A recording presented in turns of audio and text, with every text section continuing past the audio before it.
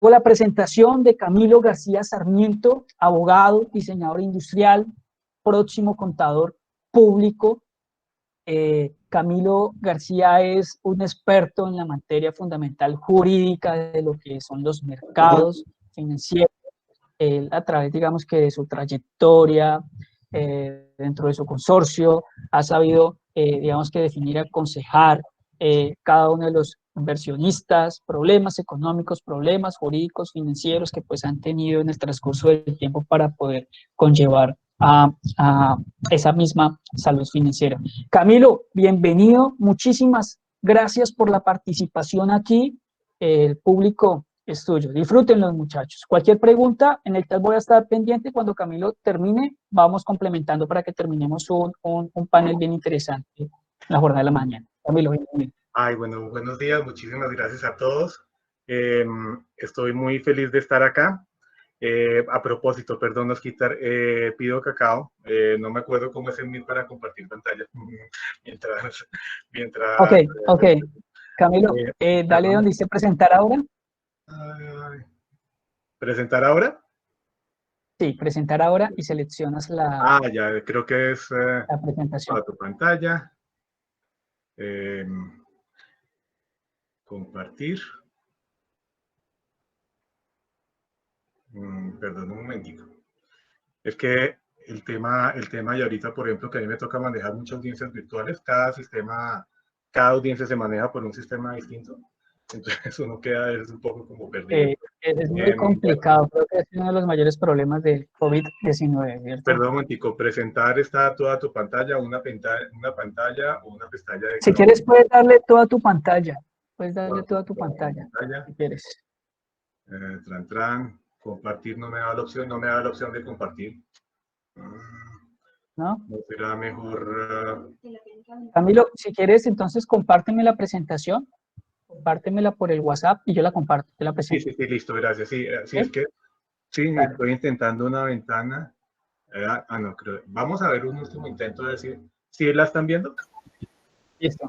¿Sí la están viendo? Espérame, ya te confirmo. Hola, profe, muy buenos días.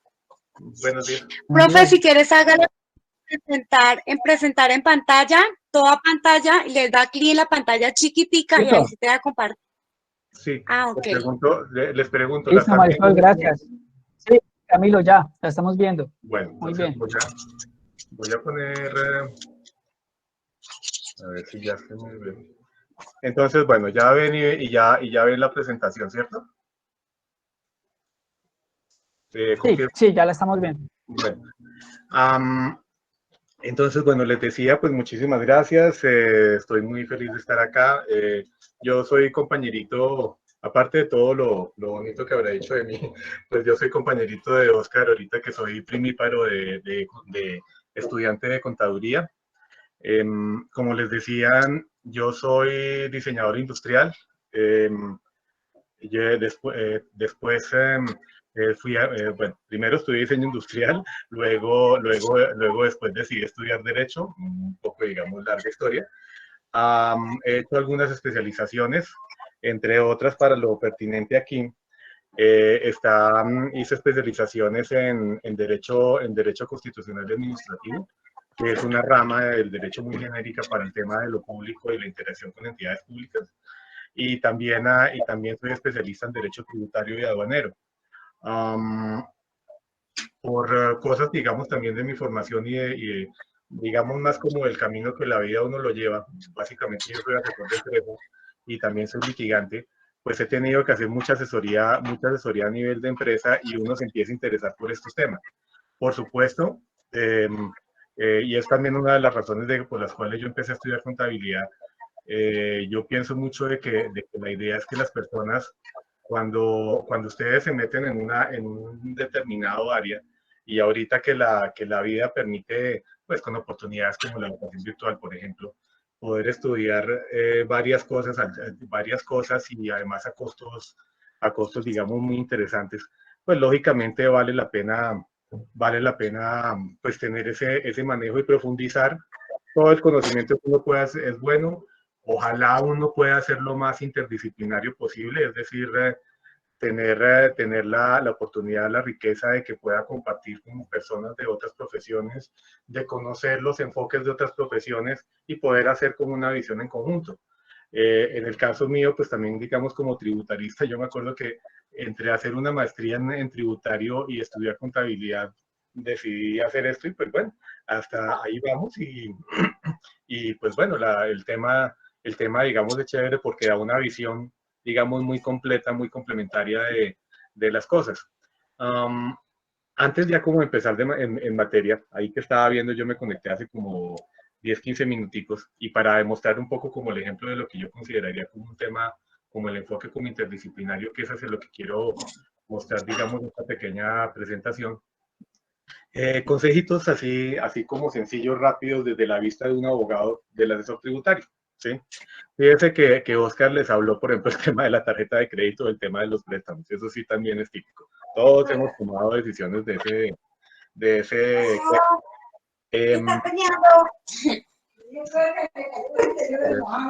bueno, yo, digamos, digamos, por ejemplo, de la tarjeta de crédito, más de la tarjeta de crédito, tipsitos chiquitos de eso.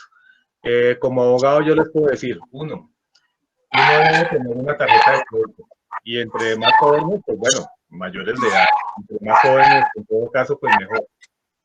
¿Por qué? No se trata de que se la pasen consumiendo, porque una tarjeta de crédito es una invitación a consumir y una invitación a endeudarse con tasas de interés supremamente, que fue lo que me imagino que Oscar, el mensaje que les dio. Pero lamentablemente una tarjeta de crédito es un mal necesario en el sentido en que ustedes deben demostrar el manejo de una tarjeta de crédito. Camilo, discúlpame que es que no se comprende bien. Marisol, ¿puedes iniciar el audio, por favor? Ah, sí, perdón, iba a decir eso, estoy escuchando un perrito que no es el mío. Marisol Mota, ¿puedes silenciar tu micrófono, por favor? Ya, gracias. Qué pena, no se preocupe. ¿Ya se escucha mejor? Sí, Camilo, ya lo escuchamos. Les decía, por ejemplo, con la tarjeta de crédito, como abogado, digamos, les digo, uno debe tener una tarjeta de crédito desde una edad relativamente joven, me parece. Aunque la tarjeta de crédito es una invitación a consumir y a endeudarse a tasas de interés muy altas. Eso es lo malo. Pero si ustedes lo saben manejar inteligente y sobre todo prudentemente, para mí lo que, digamos, me importa es que les permite acumular una experiencia financiera. Para una persona es muy importante, así sea con una tarjeta de que tiene un cupo de 1 millón de pesos o de 500.000 pesos.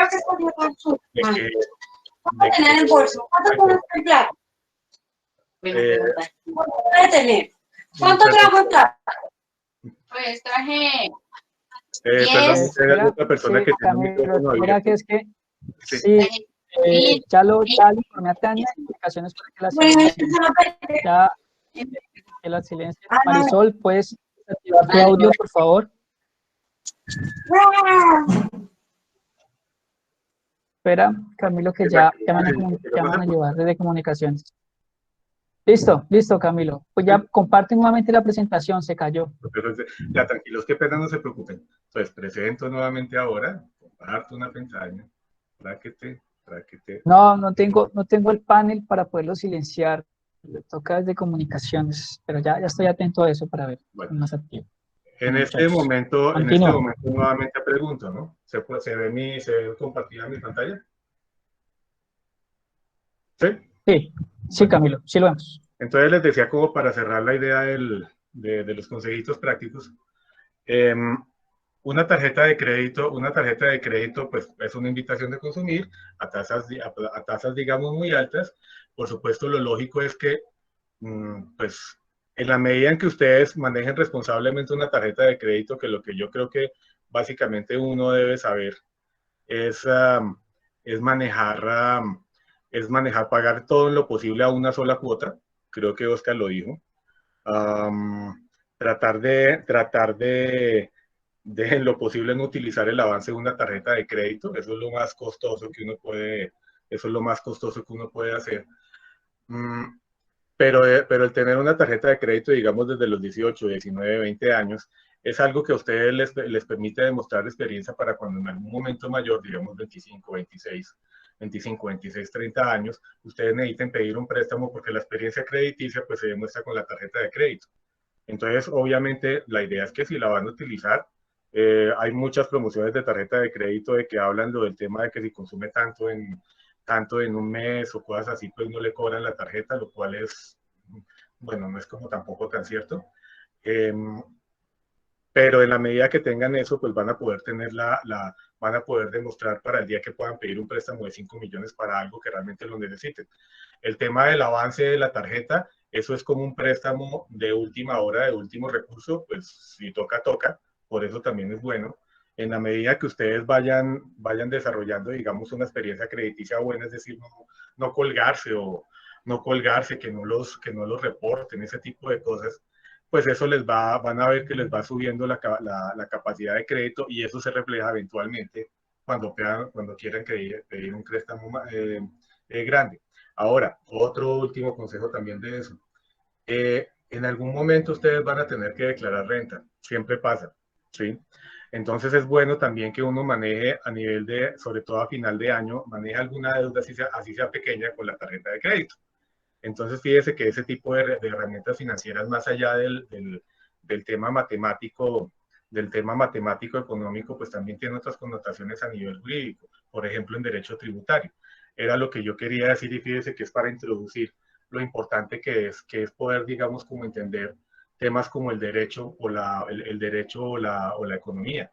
Y en este tipo de áreas de que esto es el derecho, digamos, sobre el tema de mercado de valores es una rama específica del derecho financiero que a su vez es una rama del derecho comercial y del derecho privado, pues todo uno tiene que interpretarlo en el término de economía, ¿sí? El derecho es una herramienta, digamos, para regular relaciones sociales y por supuesto es una herramienta que siga a los desarrollos sociales, culturales y económicos de las partes. Si lo vemos bajo esa perspectiva, pues la idea es que van a poder, digamos, entender, espero que muy bien, esa es mi meta, cómo es el tema de la legislación frente a esto. Muy bien, en ese sentido, ahorita lo que yo quiero señalar es, ¿cuál va a ser el objeto de esta presentación? Por supuesto, pues no me voy a ir al absoluto detalle de todo, porque pues sería, digamos, un poco como árido para ustedes. Aquí también yo recuerdo, aclaro otra cosa. Lo que entiendo es que aquí hay mucho, digamos, pues la mayoría de las personas pues son contadores, economistas o administradores y no abogados. Yo creo que sobre todo los contadores compartirán eso conmigo, de que lógicamente ustedes entran, digamos, en una gran desventaja cuando miran los temas jurídicos, ¿no? Digamos que los contadores y los abogados, o contadores, economistas y abogados, como tenemos una formación en la práctica enfocada a otras cosas diferentes, tenemos unas costumbres frente al aprender distintas. Eh, digamos, ustedes pues obviamente son reyes en Excel, la tabla dinámica, ese tipo de cosas, son digamos más prácticos, no leen digamos mucho, no en el sentido que no lean, sino que ustedes no están acostumbrados a leer el volumen de lectura que a nosotros los abogados nos toca leer, ¿no? Lo digo, por ejemplo, cuando yo hice mi especialización en tributario y pues además cuando uno trabaja en una empresa que tiene que trabajar con el contador y el revisor fiscal muchas veces, pues lógicamente uno nota eso, ¿no? De que también cuando ustedes tienen que mirar el tema jurídico, pues uno como que, uy, no, Dios mío, normas, códigos, esas letras, esos textos tan largos, qué complicación. Yo voy a procurar mostrarles eso de una manera muy general. Por supuesto, si hay si hay preguntas que requieran como una respuesta lo más específica como posible, con mucho gusto yo la respondo, pero lo que yo quiero es más como que ustedes sientan que tienen como un primer acercamiento un poco para dummies, desde su perspectiva de que yo sé que ustedes este tipo de temas es un poco como áridos, para que puedan como acercarse a las normas, entenderlas y sobre todo como entender para qué sirven, más que el contenido de ir a la letra menuda de qué es esto, es más como el tema de entender para qué sirven, cómo se desarrollaron y en qué contexto se pueden aplicar. Bajo esa posibilidad, pues empiezo la presentación. Hablamos del marco jurídico del mercado de capitales. Presentación mía, pues aquí yo estoy. Para entender qué es el marco jurídico, pues primero entendamos qué es el mercado de capitales. Aquí hago una pregunta, Osquitar, digamos de lo que ya han visto antes, ¿han hablado ya de esto? No, no, no, Camilo, lo dejé para vos, lo dejé. Bueno, y me imagino que a lo largo a lo largo del día, pues también hablarán de definiciones de esto, ¿cierto? Como para ayudar a empatar con lo que después le siga, ¿cierto? Mm, Sí, claro, sí, sí, así es. bueno, por supuesto, digamos, habrá otras personas que les darán otras definiciones, puede que un poquito diferentes, de acuerdo a su enfoque, etcétera, etcétera, ¿no? Aquí quise como mostrarles como definiciones muy sencillas. ¿Qué es el mercado de capitales? Esa es la primera gran pregunta. El mercado de capitales es una subdivisión del mercado financiero, ¿sí? Una clasificación muy típica de los mercados, del mercado financiero es que hay dos tipos de mercados. El mercado monetario, que es lo que uno ve, digamos, los bancos, la tarjeta de crédito, el préstamo bancario, ese tipo de cosas. La cuenta de ahorros, el cheque de gerencia, etcétera, etcétera. El mercado de capitales incluye el mercado de valores, y uno lo asocia a eso, pero pues realmente es algo un poco más grande y más complejo. Si quiero encontrar una definición, tengo que verlo desde analizar mercado y capitales. ¿Qué es un mercado? Es un escenario para el intercambio, ¿sí? Entre oferentes, entre ofertantes, oferentes y consumidores o clientes, ¿sí? Ahorita vamos a ir a eso. Perdón un momento. Me interesa más, ¿es un mercado de qué? De capitales. ¿Y qué es capital? Perdón un momentito.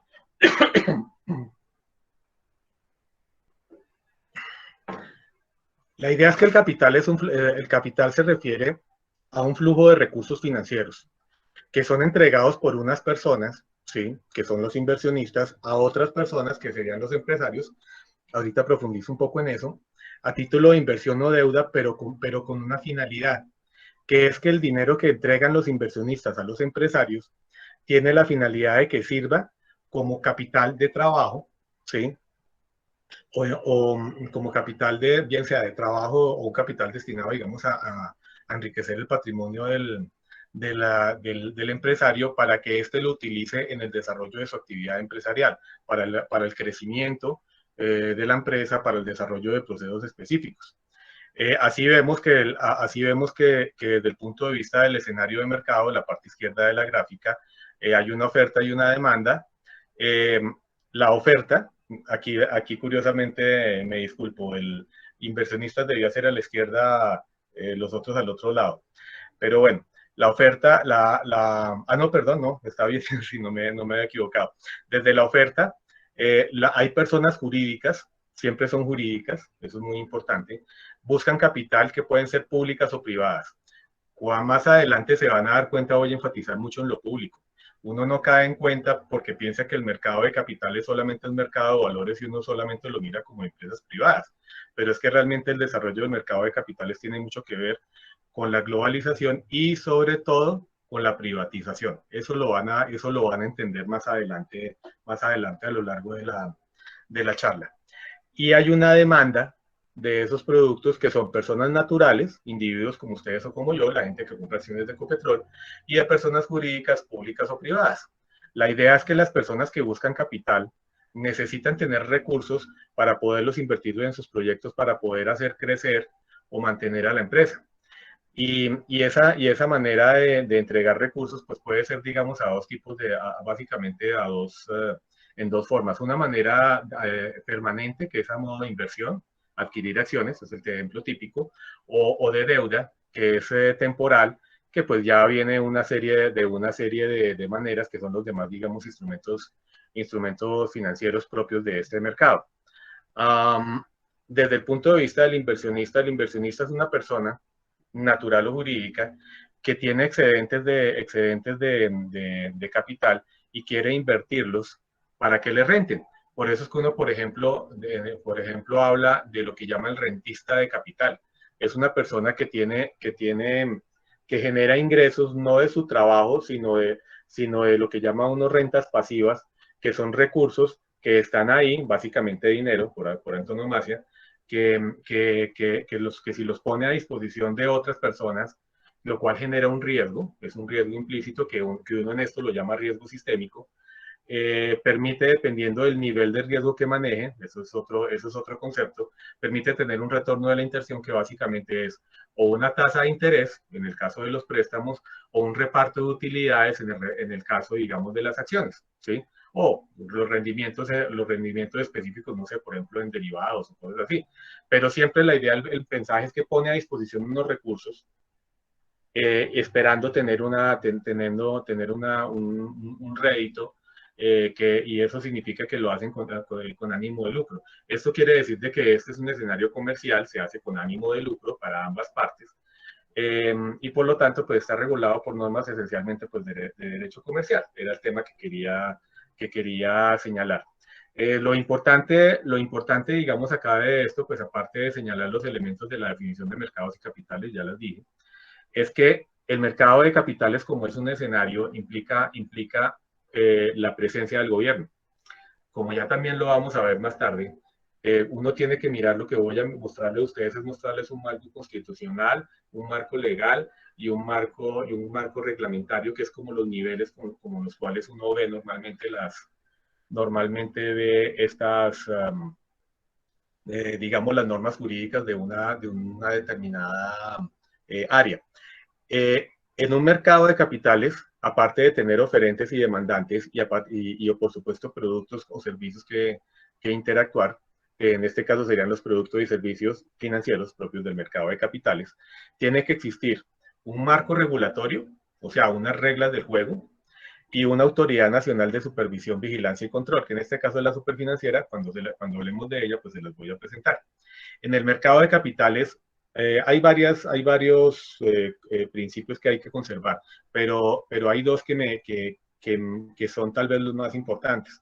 La competitividad, que se refleja en el precio y calidad de la oferta. O sea, como hay un escenario que busca, como ustedes saben, también el tema del objetivo de la competencia perfecta. Y por cierto, si lo vemos como mercados de competencia perfecta, uno cómo podría calificar esto. Uh, Tal vez como un escenario, tal vez podría decirlo como un escenario de competencia monopolística por la diferenciación. Buena pregunta. Pero pues también es muy importante entender de que entre haya una mayor cantidad de actores, que en Colombia no hay tantos, también lo vamos a ver, pues lógicamente los precios deberían fluir de manera más eficiente. Por lo tanto, pues aplica lo de la curva de la demanda, la curva de la oferta, todo pues eso que ustedes, digamos, saben incluso pues mejor que yo. Y la transparencia. El escenario de competencia tendiendo a la competencia perfecta, si lo recuerdan, ustedes hablan, es algo que tiene que ver mucho con la simetría, o sea, la igualdad de oportunidades en la información. En el mercado de valores esto es clave, esto es fundamental. Las personas cuando hacen una inversión necesitan saber cuál es la situación de la empresa que amerita esa necesidad de capital externo o de recursos externos para poder tomar las decisiones que permitan ubicar, que permitan ubicar esos recursos en el escenario de mercado. Por lo tanto, la divulgación de la información relevante durante todo el proceso de intermediación es fundamental para el mercado. Ese concepto es importantísimo porque de la transparencia depende la confianza en el mercado de valores. También recuerde otra cosa, desde el punto de vista del inversionista. Para el inversionista, uno tiene que ver que la posibilidad de competir en el mercado de capitales es una manera de generar ingresos, y los ingresos tienen para las personas naturales, por ejemplo, los rentistas de capital, ¿sí? Eso tiene una finalidad que también es alimentaria. Me explico. Las personas tienen las fuentes, digamos, de ingresos de una persona normalmente son trabajo, el producto de su esfuerzo humano, y en casos de personas que han acumulado un capital, un patrimonio a lo largo de su vida, pues están los excedentes de capital, que son excedentes para inversión, que también son una fuente importante de ingresos. Si ustedes miran, por ejemplo, en el escenario de lo que ha pasado el COVID y los fenómenos que toda esta situación generó, que espero que nos dejen pues lecciones a todos, uno puede ver que, por ejemplo, con el tema de los arrendadores y los arrendatarios, se empieza uno a dar cuenta de que muchas personas, desde el punto de vista de los arrendadores, eh, muchas personas cuando logran hacer una inversión, digamos, compran una casa y tienen otra que la destinan a arriendo, o compran una casa, la destinan para arriendo y con ese arriendo se van a vivir arriendo a otra parte, no sé por qué, eso es una decisión económica y les generan recursos. Entonces, fíjese que el tema de invertir en acciones, de invertir en bolsa, es algo que es muy importante para la gente y representa muchos recursos para la gente, a nivel directo e indirecto. Por supuesto, pues si ustedes miran todos los escándalos como los de Interbolsa, pues lógicamente uno lo entiende, ¿no? Ay, perdón. Y se me quedó trancada la pantalla. Perdón un momentico. Ya. Como había dicho antes, el mercado de capitales se distingue del mercado monetario, de divisas y de otros mercados financieros, o sea, que son otras categorías. Básicamente por la finalidad, que es asegurar la concurrencia armónica, un equilibrio dinámico del mercado entre las empresas que buscan capital para la financiación de los proyectos y los inversionistas que quieren poner a disposición sus excedentes, con el nivel de riesgo. Toda inversión es un riesgo, ¿sí? Por eso es lo importante. Y en el caso de las acciones es aún más. En algún momento yo les voy a hablar un poquito, por ejemplo, de las acciones de Ecopetrol, ¿no? Las acciones de Ecopetrol tuvieron su pico máximo en el año 2012, ¿sí? Y fueron bajando, subiendo un poquito, nunca a los niveles mágicos que tuvieron en esa época.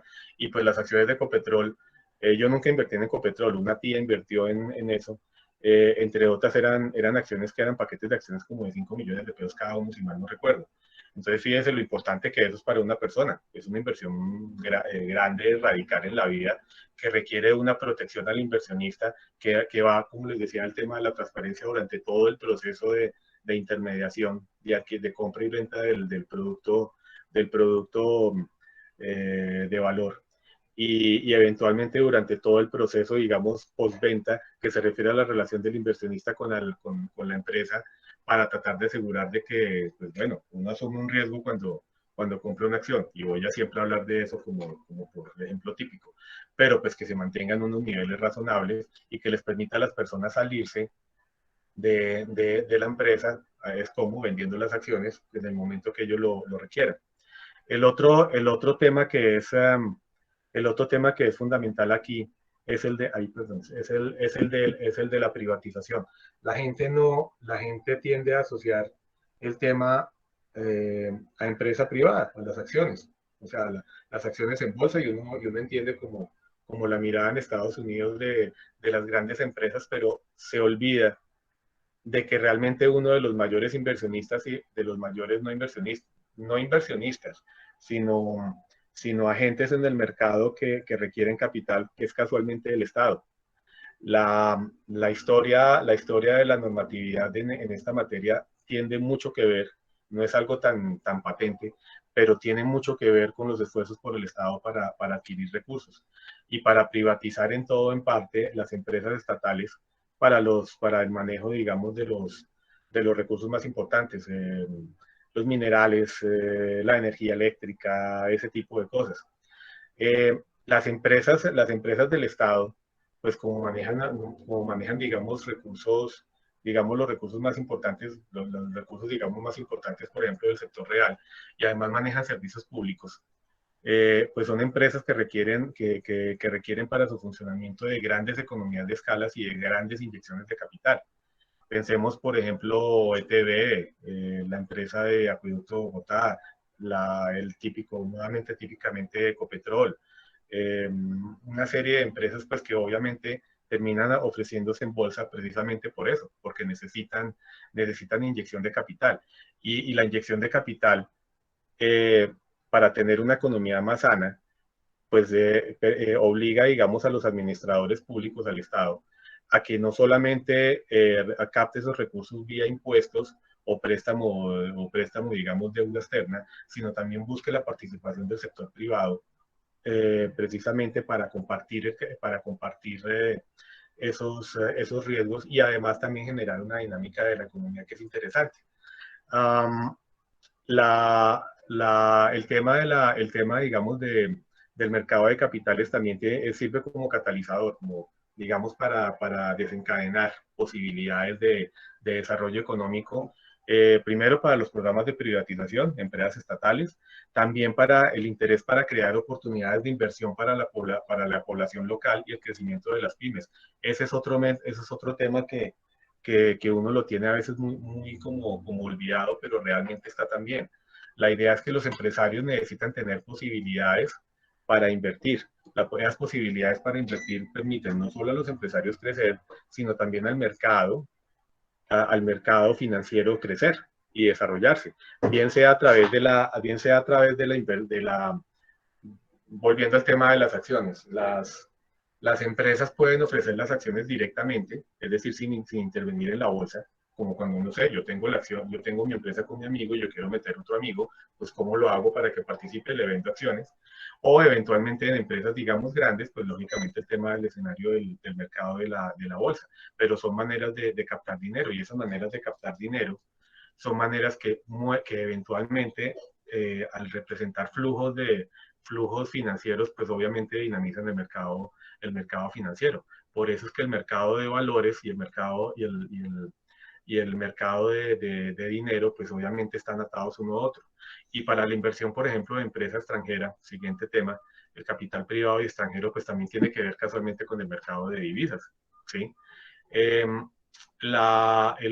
este tema también tiene que ver mucho con la proporción entre inversión nacional e inversión extranjera, especialmente en empresas y recursos claves del Estado. Y también otro, pues el tema de la transparencia. La idea es que la regulación es necesaria, es imprescindible para impedir abusos y esquemas fraudulentos, estilo pirámides, interbolsa, etcétera, etcétera. O si lo queremos ver mucho más en otro esquema hilando mucho más fino, por ejemplo, hay un tema que son que es la microfinanza, ¿sí?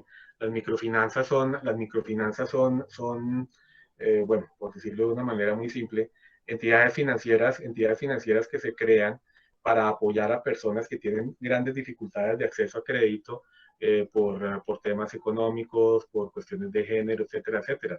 Piensen, por ejemplo, en cómo acceder al crédito para pequeños agricultores o para artesanos o para personas desplazadas, para migrantes, etcétera, etcétera, etcétera. Esas personas también necesitan crear empresas y crecer empresas.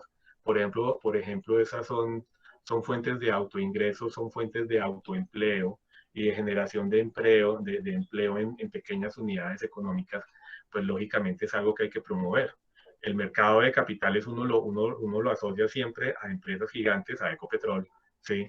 A paquetes grandes de acciones, pero teóricamente, y eso es a lo que debería pasar en la medida que la regulación lo permita, eventualmente debería poder permitir de manera directa o indirecta a empresarios pequeños adquirir esos recursos. Si vamos al mercado de la microfinanza, ¿sí? De las entidades de microfinanzas, no sé, en Colombia, por decir una banca mía, por dar un ejemplo, esas entidades pues reciben recursos en parte de donaciones, en otra parte de otras entidades financieras que les permiten captar recursos para distribuir el riesgo de esa alocación de recursos en pequeños inversionistas que casualmente, muchas veces a pesar de que son, digamos, como graneados, loteriados, por decirlo de esta manera, son personas que tienen una capacidad que precisamente por la conciencia que tienen sobre lo importante que es poder acceder al crédito, son personas que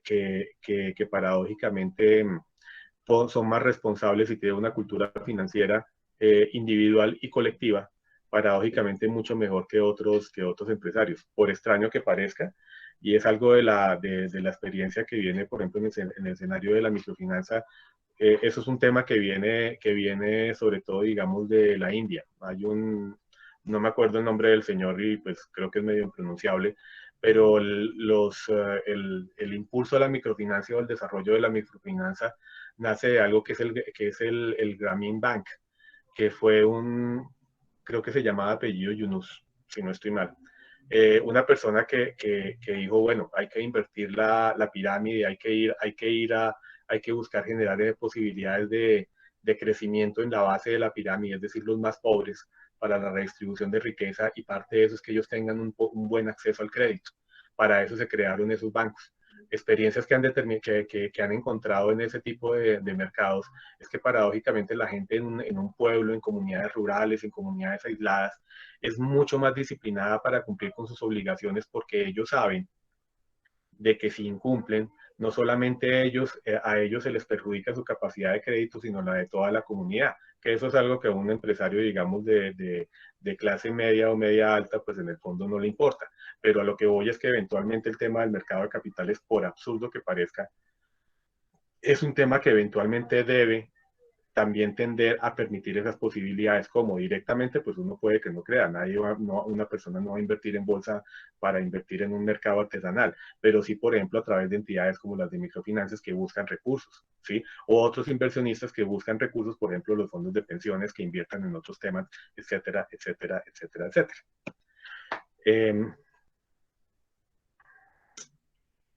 Perdón. Ya. Como les decía, que lo había anticipado, pues para el mercado de capitales, no, esto no lo había dicho. Yo había dicho que el mercado de capitales es una subdivisión del mercado financiero. Ahora vamos a ver en qué se subdivide a su vez el mercado de capitales. Hay un mercado que se llama intermediario y no intermediario, ¿sí? El mercado de capitales pues tiene el bancario, que son bancos y otros intermediarios. Aquí estoy hablando de mercado de capitales en un sentido amplio, ¿no? En el sentido más allá de lo que se llama mercado de valores, que sería el no bancario, que son instrumentos de inversión. Pero fíjese que si uno habla del mercado de capitales entendiendo cómo capturar recursos, uno también debería entender un poco que también hay un mercado bancario. Es lo que quería, digamos, señalar. Esto tiene mucho que ver en el sentido de por qué la función de la superfinanciera de la antigua superbancaria con la superintendencia de valores, como lo vamos a ver en detalle más tarde. Ahora, vamos a empezar ahorita sí a hablar de normas jurídicas. Para poder entender el marco regulatorio, uno tiene que partir de algo, eso se llama la pirámide de Kelsen.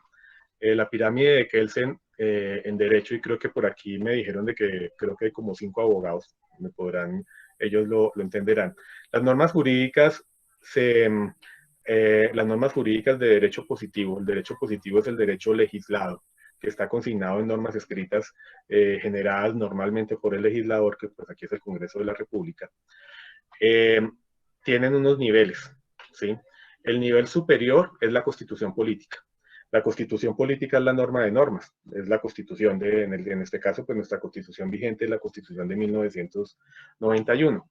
Y esas normas generan el marco general y superior sobre el cual todas las demás normas deben irradiarse. Entonces, si vemos la pirámide acá, en la punta, arriba, está la Constitución política, que entre otras también está con algo que pues aquí no aplica, que es lo que se llama el bloque de constitucionalidad o bloque de convencionalidad, que son las normas internacionales sobre tratados de derechos humanos, etcétera, etcétera, etcétera, etcétera, que están al mismo nivel en todos los países.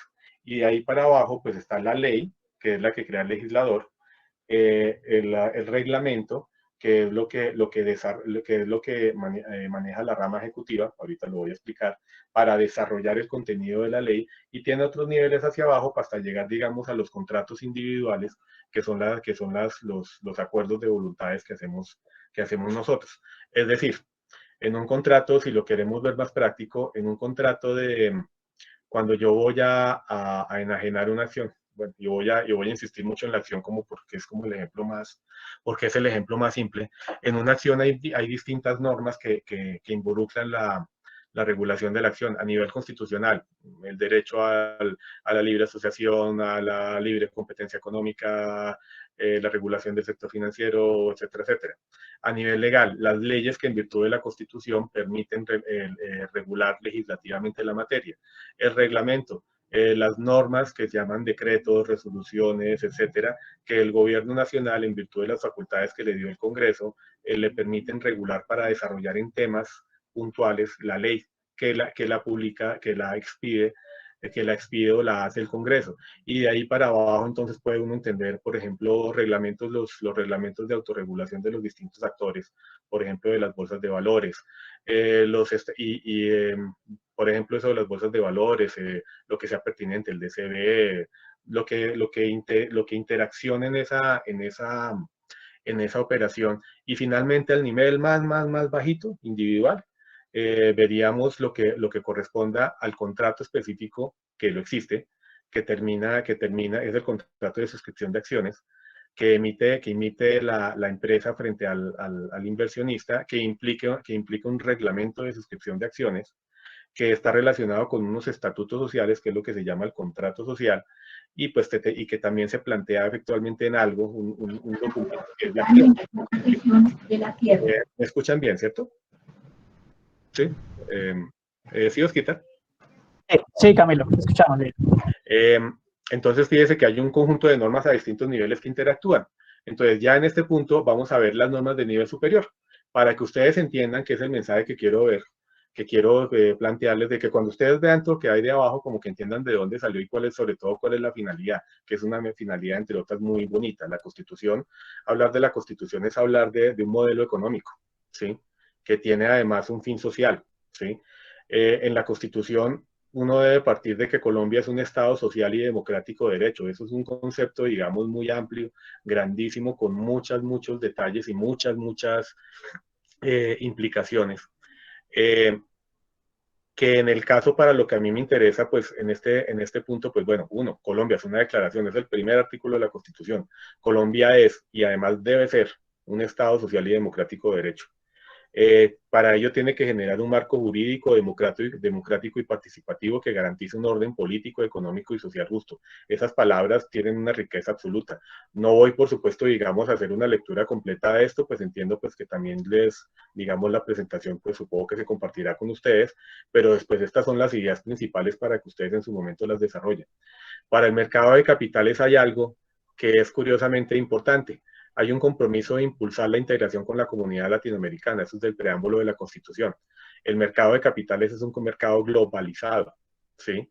Y obviamente aquí estamos en el escenario de la globalización, que implica que haya un marco regulatorio afín a normas internacionales. Cuando veamos la ley marco del mercado de valores, vamos a ver que recogieron unas recomendaciones internacionales que pues obviamente implican ese compromiso desde la Constitución de integrarse a la comunidad latinoamericana y pues eventualmente a la comunidad mundial. Hay unos principios y valores fundamentales: la dignidad humana, el trabajo, la solidaridad, prevalencia del interés general. Uno se puede preguntar, oiga, ¿qué tiene que ver la venta de acciones con la dignidad humana? ¿Qué tiene que ver eso con el trabajo? ¿Qué tiene que ver con la solidaridad? ¿Qué tiene que ver con la prevalencia del interés general? Pues sí, tiene mucho que ver, ¿sí? Les hablé de rentista de capital, ¿no? Las personas que tienen recursos, ahorros, que los invierten, esta es una manera de invertir sus ahorros de toda la vida. La gente piensa, por ejemplo, cuando adquiere acciones, ¿sí? Y pues los más expertos, cuando adquiere derivados, inversiones en renta fija, bueno, yo no sé, ¿sí? Lo que las personas buscan es diversificar su portafolio con miras generalmente, ¿sí? Con miras a generar ingresos y asegurar ingresos para su vejez.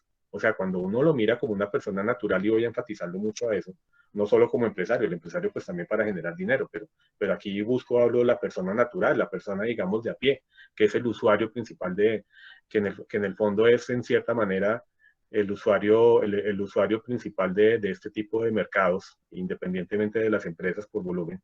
Estas personas siempre van a querer, buscan invertir en la acción de Ecopetrol, es pensando en tener un ingreso adicional para ellos y para sus hijos, para su vejez. Entonces, fíjese que por eso la transparencia que decía antes es tan importante. La dignidad humana y el trabajo. Cómo una persona, de que una persona vive, del trabajo, y el trabajo que le permite a esa persona adquirir recursos cuyos excedentes que se invierten en bolsa, ¿sí? Entre otras cosas. La dignidad humana es la finalidad para la cual todo funciona. La economía debe funcionar alrededor de eso, como ya lo van a ver. La solidaridad y la prevalencia del interés general. El que exista una economía dinámica, curiosamente, sirve para el interés de la solidaridad, ¿sí? Así parezca extraño, pero pues es algo, digamos, en la gran pintura, pues es algo que está implícito. Y la prevalencia del interés general, pues obviamente el Estado como ente regulador El Estado, pues si ustedes lo recuerdan, pues estamos en es un escenario del liberalismo económico o del neoliberalismo, ¿no? El neoliberalismo implica de que hay el tema de la, no, lo dije mal, el neoliberalismo no es tanto, es un equilibrio entre el neoliberalismo y el intervencionismo en la economía. Como el Estado es un Estado de derecho en que se busca garantizar la libre competencia económica, lo de Adam Smith, la mano invisible, ¿sí? Para asegurar eso, los estados no pueden, es imposible que el Estado sea neutro, que no intervenga en el mercado. El Estado debe intervenir lo mínimo posible, pero debe intervenir. Por eso, y debe intervenir buscando la prevalencia del interés general, que es decir, que en el caso económico es que haya un escenario de libre competencia, que todos tengan más o menos las mismas oportunidades para poder interactuar en el ciclo económico. Eso, pues, es lo que genera que el Estado tenga que intervenir en la economía, como regulando el mercado de valores. Y la supremacía de la Constitución es la norma de normas, ¿sí? Por ejemplo, vamos a ver en algún momento que hubo un decreto que reglamentó la ley marco del régimen de valores y la Corte Constitucional la declaró en su momento totalmente inexequible, ¿sí? Es decir, que no estaba ajustada a la Constitución. Hay derechos constitucionales, porque la Constitución, las leyes, las normas sirven para amparar derechos y para generar obligaciones y amparar derechos, que son relevantes aquí. Pues no voy a profundizar mucho en eso, pero pues como por simplemente dejar los tips. Bueno, igualdad ante la ley, escenario de libre competencia económica, la intimidad y algo que se llama la autodeterminación informativa, el habeas data. Todos lo conocemos, se reporta en la central de riesgo, etcétera, etcétera. La libre asociación. La libre asociación es un derecho que todas las personas tienen para poderse asociarse para juntos conseguir sus fines. La libre asociación tiene muchas manifestaciones. Una de las manifestaciones específicas es la libre asociación sindical, la facultad de crear sindicatos, bueno, de crear y pertenecer o no pertenecer a un sindicato. Pero también a nivel general, la libre asociación tiene una relación estrecha con la libertad de empresa, porque la libre asociación nos permite crear empresas, ¿sí? Y nos permite para crear empresas, nos permite asociarnos, constituyendo personas jurídicas que se llaman las sociedades comerciales, como son las sociedades anónimas que emiten acciones. Entonces, fíjese que como una cosa va enlazada con la otra. La garantía de la propiedad privada y los demás derechos legalmente adquiridos. Todos tenemos derecho a la propiedad privada. Y la propiedad privada, esto sí es muy importante, no se dice tiene, sino es una función social y ecológica que implica obligaciones. Eso proviene ni siquiera de la Constitución del 91, eso proviene de una reforma de 1936 a la Constitución anterior del 86 y tiene un significado en el sentido de que nosotros como titulares de la propiedad también tenemos el deber, si tenemos el derecho a tenerla, tenemos el deber a utilizarla sabiamente. Y utilizar la propiedad en el marco, por ejemplo, de lo que aquí nos ocupa, es que los dineros no deben quedarse quietos, los dineros deben poderse invertir para que me redunden en un interés personal a mí, un interés económico, pero que también redunden en el interés de la sociedad, de los demás agentes económicos. La idea es que los dineros, las rentas no deben ser ociosas. Si yo invierto fíjense lo bonito, o sea, y más allá, digamos, de la interacción transaccional de yo compro y vengo las acciones. Yo transfiero unas acciones, yo adquiero un paquete de acciones de Ecopetrol por 5 millones de pesos esperando unos dividendos y que la acción suba, pues ojalá suba, o suba y baje, pero pues se mantenga mi inversión. Yo lo hago desde mi punto de vista egoísta, yo quiero tener una renta.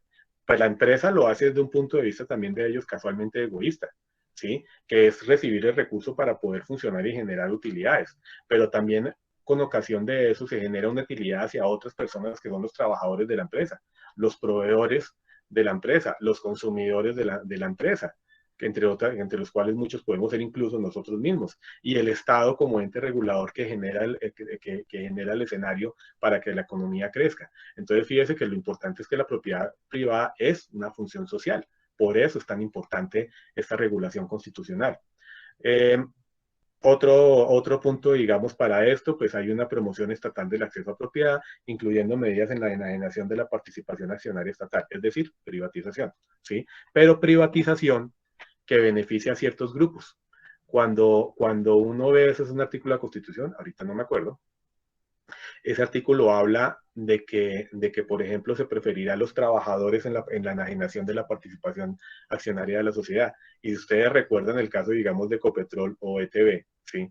Pues lógicamente la idea era de que la empresa ofreciera unos paquetes de acciones con un valor preferencial para los trabajadores y residualmente a todos los demás inversionistas.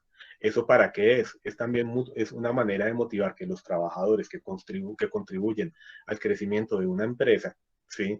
Y que son la clase trabajadora contra la clase empresaria, pues lógicamente los trabajadores tengan una posibilidad de tener un acceso a la participación en la sociedad, lo cual los vuelve de cierta manera un poco en dueños de las empresas. Fíjese la filosofía tan bonita de eso, difícil de poner en la práctica, pero de todos modos existe. Y en el caso del mercado de capitales y el mercado de valores, pues se manifiesta prácticamente puntualmente en el hecho de acciones preferenciales para trabajadores o acciones a precios preferenciales. Además del estímulo de formas asociativas de propiedad que permiten, por ejemplo, que las entidades cooperativas puedan participar del mercado de valores. Fíjense, todo eso es una dinámica, digamos, muy compleja. Pasando a eso, ya en la parte, digamos, orgánica de la Constitución, tenemos la división clásica del poder. Hay tres ramas del poder, pero pues aquí también hay unos entes adicionales. Realmente la división del poder, según la Constitución, son como 5, 6 o 7 organismos, eso incluye la Procuraduría, la Banca Central, ahorita vamos a hablar de ella. Pero lo esencial en los estados es que para asegurar la democracia y que haya un equilibrio de poder, lo llamaban, digamos, eso proviene en Francia de Montesquieu y en Estados Unidos de una doctrina que se llama el checks and balances, el pesos y contrapesos. La idea es que esos pesos y contrapesos, ese equilibrio de poderes se da con tres ramas, ejecutiva, legislativa y judicial. Para lo que a mí me interesa la legislativa, el Congreso, que hace las leyes, y la ejecutiva, que es el presidente de la República, los ministros y las superintendencias, para lo que aquí importa. ¿Sí? Arranquemos por la rama legislativa. ¿Sí? ¿Cuál es la función del Congreso, que es el Senado y la Cámara? Es hacer las leyes. Y dentro de las leyes, la Constitución determina una serie de leyes muy específicas. Por supuesto, recordando el tema de la privatización, está el Plan Nacional de Desarrollo, crear o autorizar la creación de ciertas empresas estatales, expedir las normas a las cuales se debe sujetar el gobierno para ejercer funciones de inspección y vigilancia, son las leyes marco. ¿Sí? Hay una ley marco de la cual voy a hablar, adivinen cuál, la ley del mercado de valores. Determinar la moneda legal, convertibilidad, alcance del poder liberatorio, banca central, todo ese tipo de cosas. Dictar las normas generales y los criterios a los cuales se debe sujetar el gobierno, y lo dice muy claramente, entre otras cosas, en materia de crédito público, régimen de cambio, y regular, aquí es donde ya lo específico, las actividades financieras, bursátil, aseguradora y cualquiera otra relacionada con el manejo, aprovechamiento e inversión de los recursos captados del público. El mercado de capitales es que recursos captados del público. Entonces, eso claramente significa que el Congreso es que hace las leyes. Eso se llama reserva legal. Eso tiene también, antes de otra cosa, expedir las leyes de intervención económica, precisando los fines, alcances y límites a la libertad económica, régimen del consumidor, ese tipo de cosas. Volviendo a la parte inmediatamente anterior, estas cosas que pueden parecer como que están dadas, que uno no se pone a pensar, son muy importantes. El Congreso es el que hace las leyes no las hace la rama ejecutiva, no las hace el presidente, las hace el Congreso. El Congreso es un grupo de personas que ejercen algo que se llama democracia participativa, ¿sí? No, perdón, democracia representativa, discúlpenme. Nosotros elegimos unos congresistas que a la vez representan a unos grupos, digamos, a unos grupos de la sociedad, para que ellos, señores sabios, ojalá, expidan las leyes en el escenario del Congreso con mayorías y asesoría, y etcétera, etcétera, etcétera. Ellos representan los intereses de la sociedad, ¿sí? Y los intereses de la sociedad implica un diálogo con el Estado ya constituido, que pues básicamente, desde esa vista muy simplona, es la rama ejecutiva. Por eso es que el gobierno no hace las leyes, el gobierno desarrolla las leyes a través de los reglamentos. Pero lo importante aquí es el concepto de reserva legal, el Congreso hace las leyes. ¿sí? Esto, curiosamente, con el mercado de valores antes no ocurría porque pues la Constitución del 86, la anterior, pues obviamente tenía una serie, les daba muchas más facultades para reglamentar, como ya lo miraríamos, y eso tiene mucho que ver, se refleja mucho en la manera como han abordado el tema o se ha desarrollado el mercado a lo largo del tiempo. Hay dos artículos muy importantes para el tema, digamos, el tema que estamos hablando. El 333 habla de un derecho que es el derecho a la libertad económica, ¿sí? Dice que la actividad económica y la iniciativa privada son libres dentro de los límites del bien común, ¿sí? Siempre fíjense que ha hablado de eso, ¿no? O sea, es decir, no está permitido hacer una pirámide, ¿sí? Está permitido que usted venda y ofrezca en el mercado de valores, sí, pero que haga una pirámide con un esquema fraudulento, no, a eso es a lo que vamos. No se exigirá permiso ni requisito previo para la actividad económica sin autorización legal. Para este caso, fíjese que por la importancia del sector, del sector financiero y del sector, pues del mercado de valores, se requiere autorización legal, curiosamente, directa o indirectamente, para poder ejercer esa actividad. Los agentes, digamos, del mercado tienen que tener una autorización legal, los autoriza la superfinanciera. Y además, por ejemplo, las sociedades que pueden intervenir en el mercado de valores como oferentes, pues, ¿quiénes son? Sociedades anónimas. O sea, si usted no constituye una sociedad anónima, no tiene la autorización legal para cotizar en bolsa. La libre competencia económica es un derecho de todos. ¿Se acuerdan de la libertad de asociación? Que supone responsabilidades. ¿Se acuerdan que la propiedad es una función social? Que tiene responsabilidades. Mírenlo. La empresa es la base del desarrollo. Tiene una función social que implica obligaciones. Eso también está relacionado con lo anterior. El deber de Estado fortalecer organizaciones solidarias, etcétera, etcétera, etcétera, impedir la restricción de la libertad económica, evitar y controlar cualquier abuso de posición dominante, es el Estado regulador. El artículo 334 siguiente habla de que la Dirección General de la Economía está a cargo del Estado. Es el tema del Estado intervencionista. El Estado tiene que generar un escenario para que se desarrolle la dinámica económica, pero pues tampoco puede estar ciego a ver qué es lo que pase ahí. En consecuencia, el Estado tiene que intervenir lo mínimo posible, ¿sí?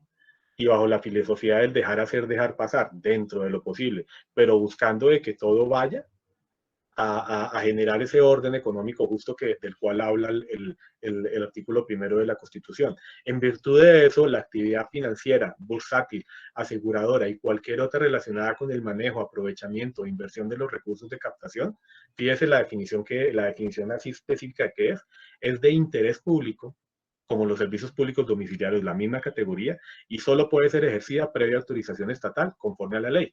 ¿Sí? ¿Se acuerdan lo que les dije de que la iniciativa privada es libre dentro de los límites y la autorización legal? Aquí está perfectamente conectado todo. Fíjense que hablamos de previa autorización estatal. ¿Quién la da? La rama ejecutiva. Conforme a la ley. ¿Quién hace la ley? El legislador. Entonces hay un equilibrio que es el equilibrio de poderes. El legislador regulará la forma de intervención del gobierno en estas áreas y promoverá la democratización del crédito. Si bien realmente esto no es literalmente democratización del crédito, pues de todos modos es algo que está inherentemente conectado a él. Ahora, si entendemos todo ese concepto, y no sé si vayamos bien, por supuesto yo aquí pues yo miro mi presentación y confío en que me están viendo. No sé si Oscar, de pronto haya alguien que tenga una pregunta. Sí, muy bien, va muy bien. Tiempo bien, la presentación muy bien. Sí, sí, por si acaso. Yo aquí lo que pasa es que no puedo ver si hay alguien que está haciendo preguntas o bueno, espero que no se hayan desconectado, no se hayan aburrido. Tranquilo, ahora que terminemos, yo reviso el panel. Cualquier cosita, si cualquier cosita, miren, yo no tengo problema de que si hay algo que quieran charlarlo, lo miramos ahí, no se preocupen, ¿sí? Simplemente pues es la limitación que yo tengo acá. Ya les dije, digamos, el escenario como económico. Eso es parte de algo que ustedes, si lo han visto, por ejemplo, yo creo que, por ejemplo, los economistas lo habrán visto, que es lo que llaman la constitución económica, ¿sí? La constitución económica obviamente también implica manejar otros temas como la regulación de la moneda, el Banco de la República uno habla mucho de eso, y también, digamos, a nivel tributario, ¿no? El Plan Nacional de Desarrollo, bla, bla, bla, bla, bla. Pero también una parte importante, no menos importante de la llamada Constitución Económica, es decir, el modelo económico que promueve la Constitución, pues lógicamente tiene que ver con esta parte del mercado financiero y como parte del mercado financiero el mercado de capitales, ¿sí? Haciéndose paréntesis antes de que se me pierda la idea. Vuelvo entonces ya a entrar a lo que es la Superintendencia Financiera de Colombia, ¿sí? Yo les había hablado, ¿se acuerdan de la división del poder, no? Rama judicial, aquí no hay necesidad de hablar mucho de eso, pues para este caso, la rama ejecutiva, el Congreso, repito, el Congreso hace las leyes, ¿no? ¿Sí? Y le dice al gobierno usted, o sea, el gobierno, el Congreso le dice al gobierno, usted tiene que hacer esto, y yo le permito hacer esto dentro del marco de la ley, ¿sí? Y el gobierno, ¿sí? Tiene, entre otras, la función de servir como ente de vigilancia y control de la economía, lo hace a través de qué? En este caso, de las superintendencias. Antes de eso, el gobierno, digamos, la rama ejecutiva, la cabeza de la rama ejecutiva es el señor presidente, como nuestro presidente Duque. ¿Sí? El gobierno nacional, fíjese, porque pues también está el gobierno departamental local, ¿sí? El gobierno nacional, que es lo que se llama la rama ejecutiva a nivel nacional, reparte, digamos, sus funciones a través de qué? De ministerios, ¿sí? Y el cual está el Ministerio de Hacienda, ¿sí? El Ministerio de Hacienda y, bueno, también otros entes, ¿no? Los departamentos administrativos, por ejemplo.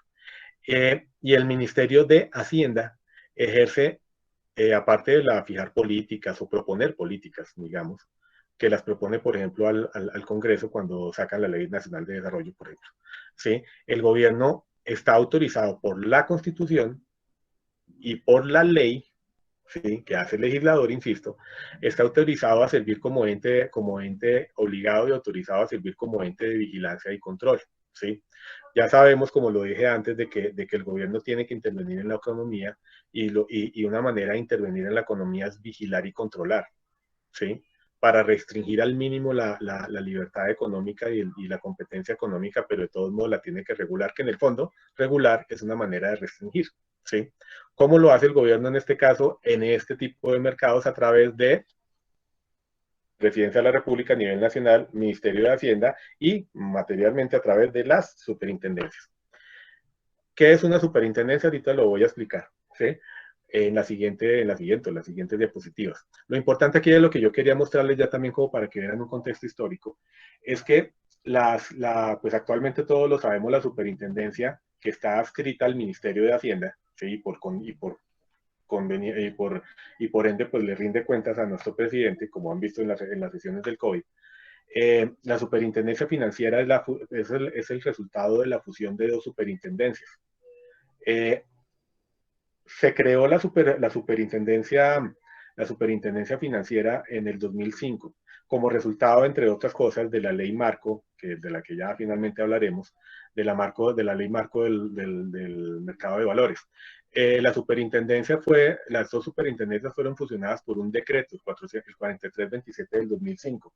Fíjese que cuando uno habla de decretos, habla de reglamentos, de normas reglamentarias que las pide la rama ejecutiva en virtud de algo que se llama facultad reglamentaria, ¿sí? La facultad reglamentaria es que el gobierno, la ley, digamos, que hace el Congreso, pues no puede regular todo, uno no puede ir tan al detalle. Entonces, precisamente, la ley determina unos parámetros para que el gobierno nacional pueda desarrollar esos parámetros, como ir a desarrollar más la minucia, sin excederse de la autorización que le dio la ley.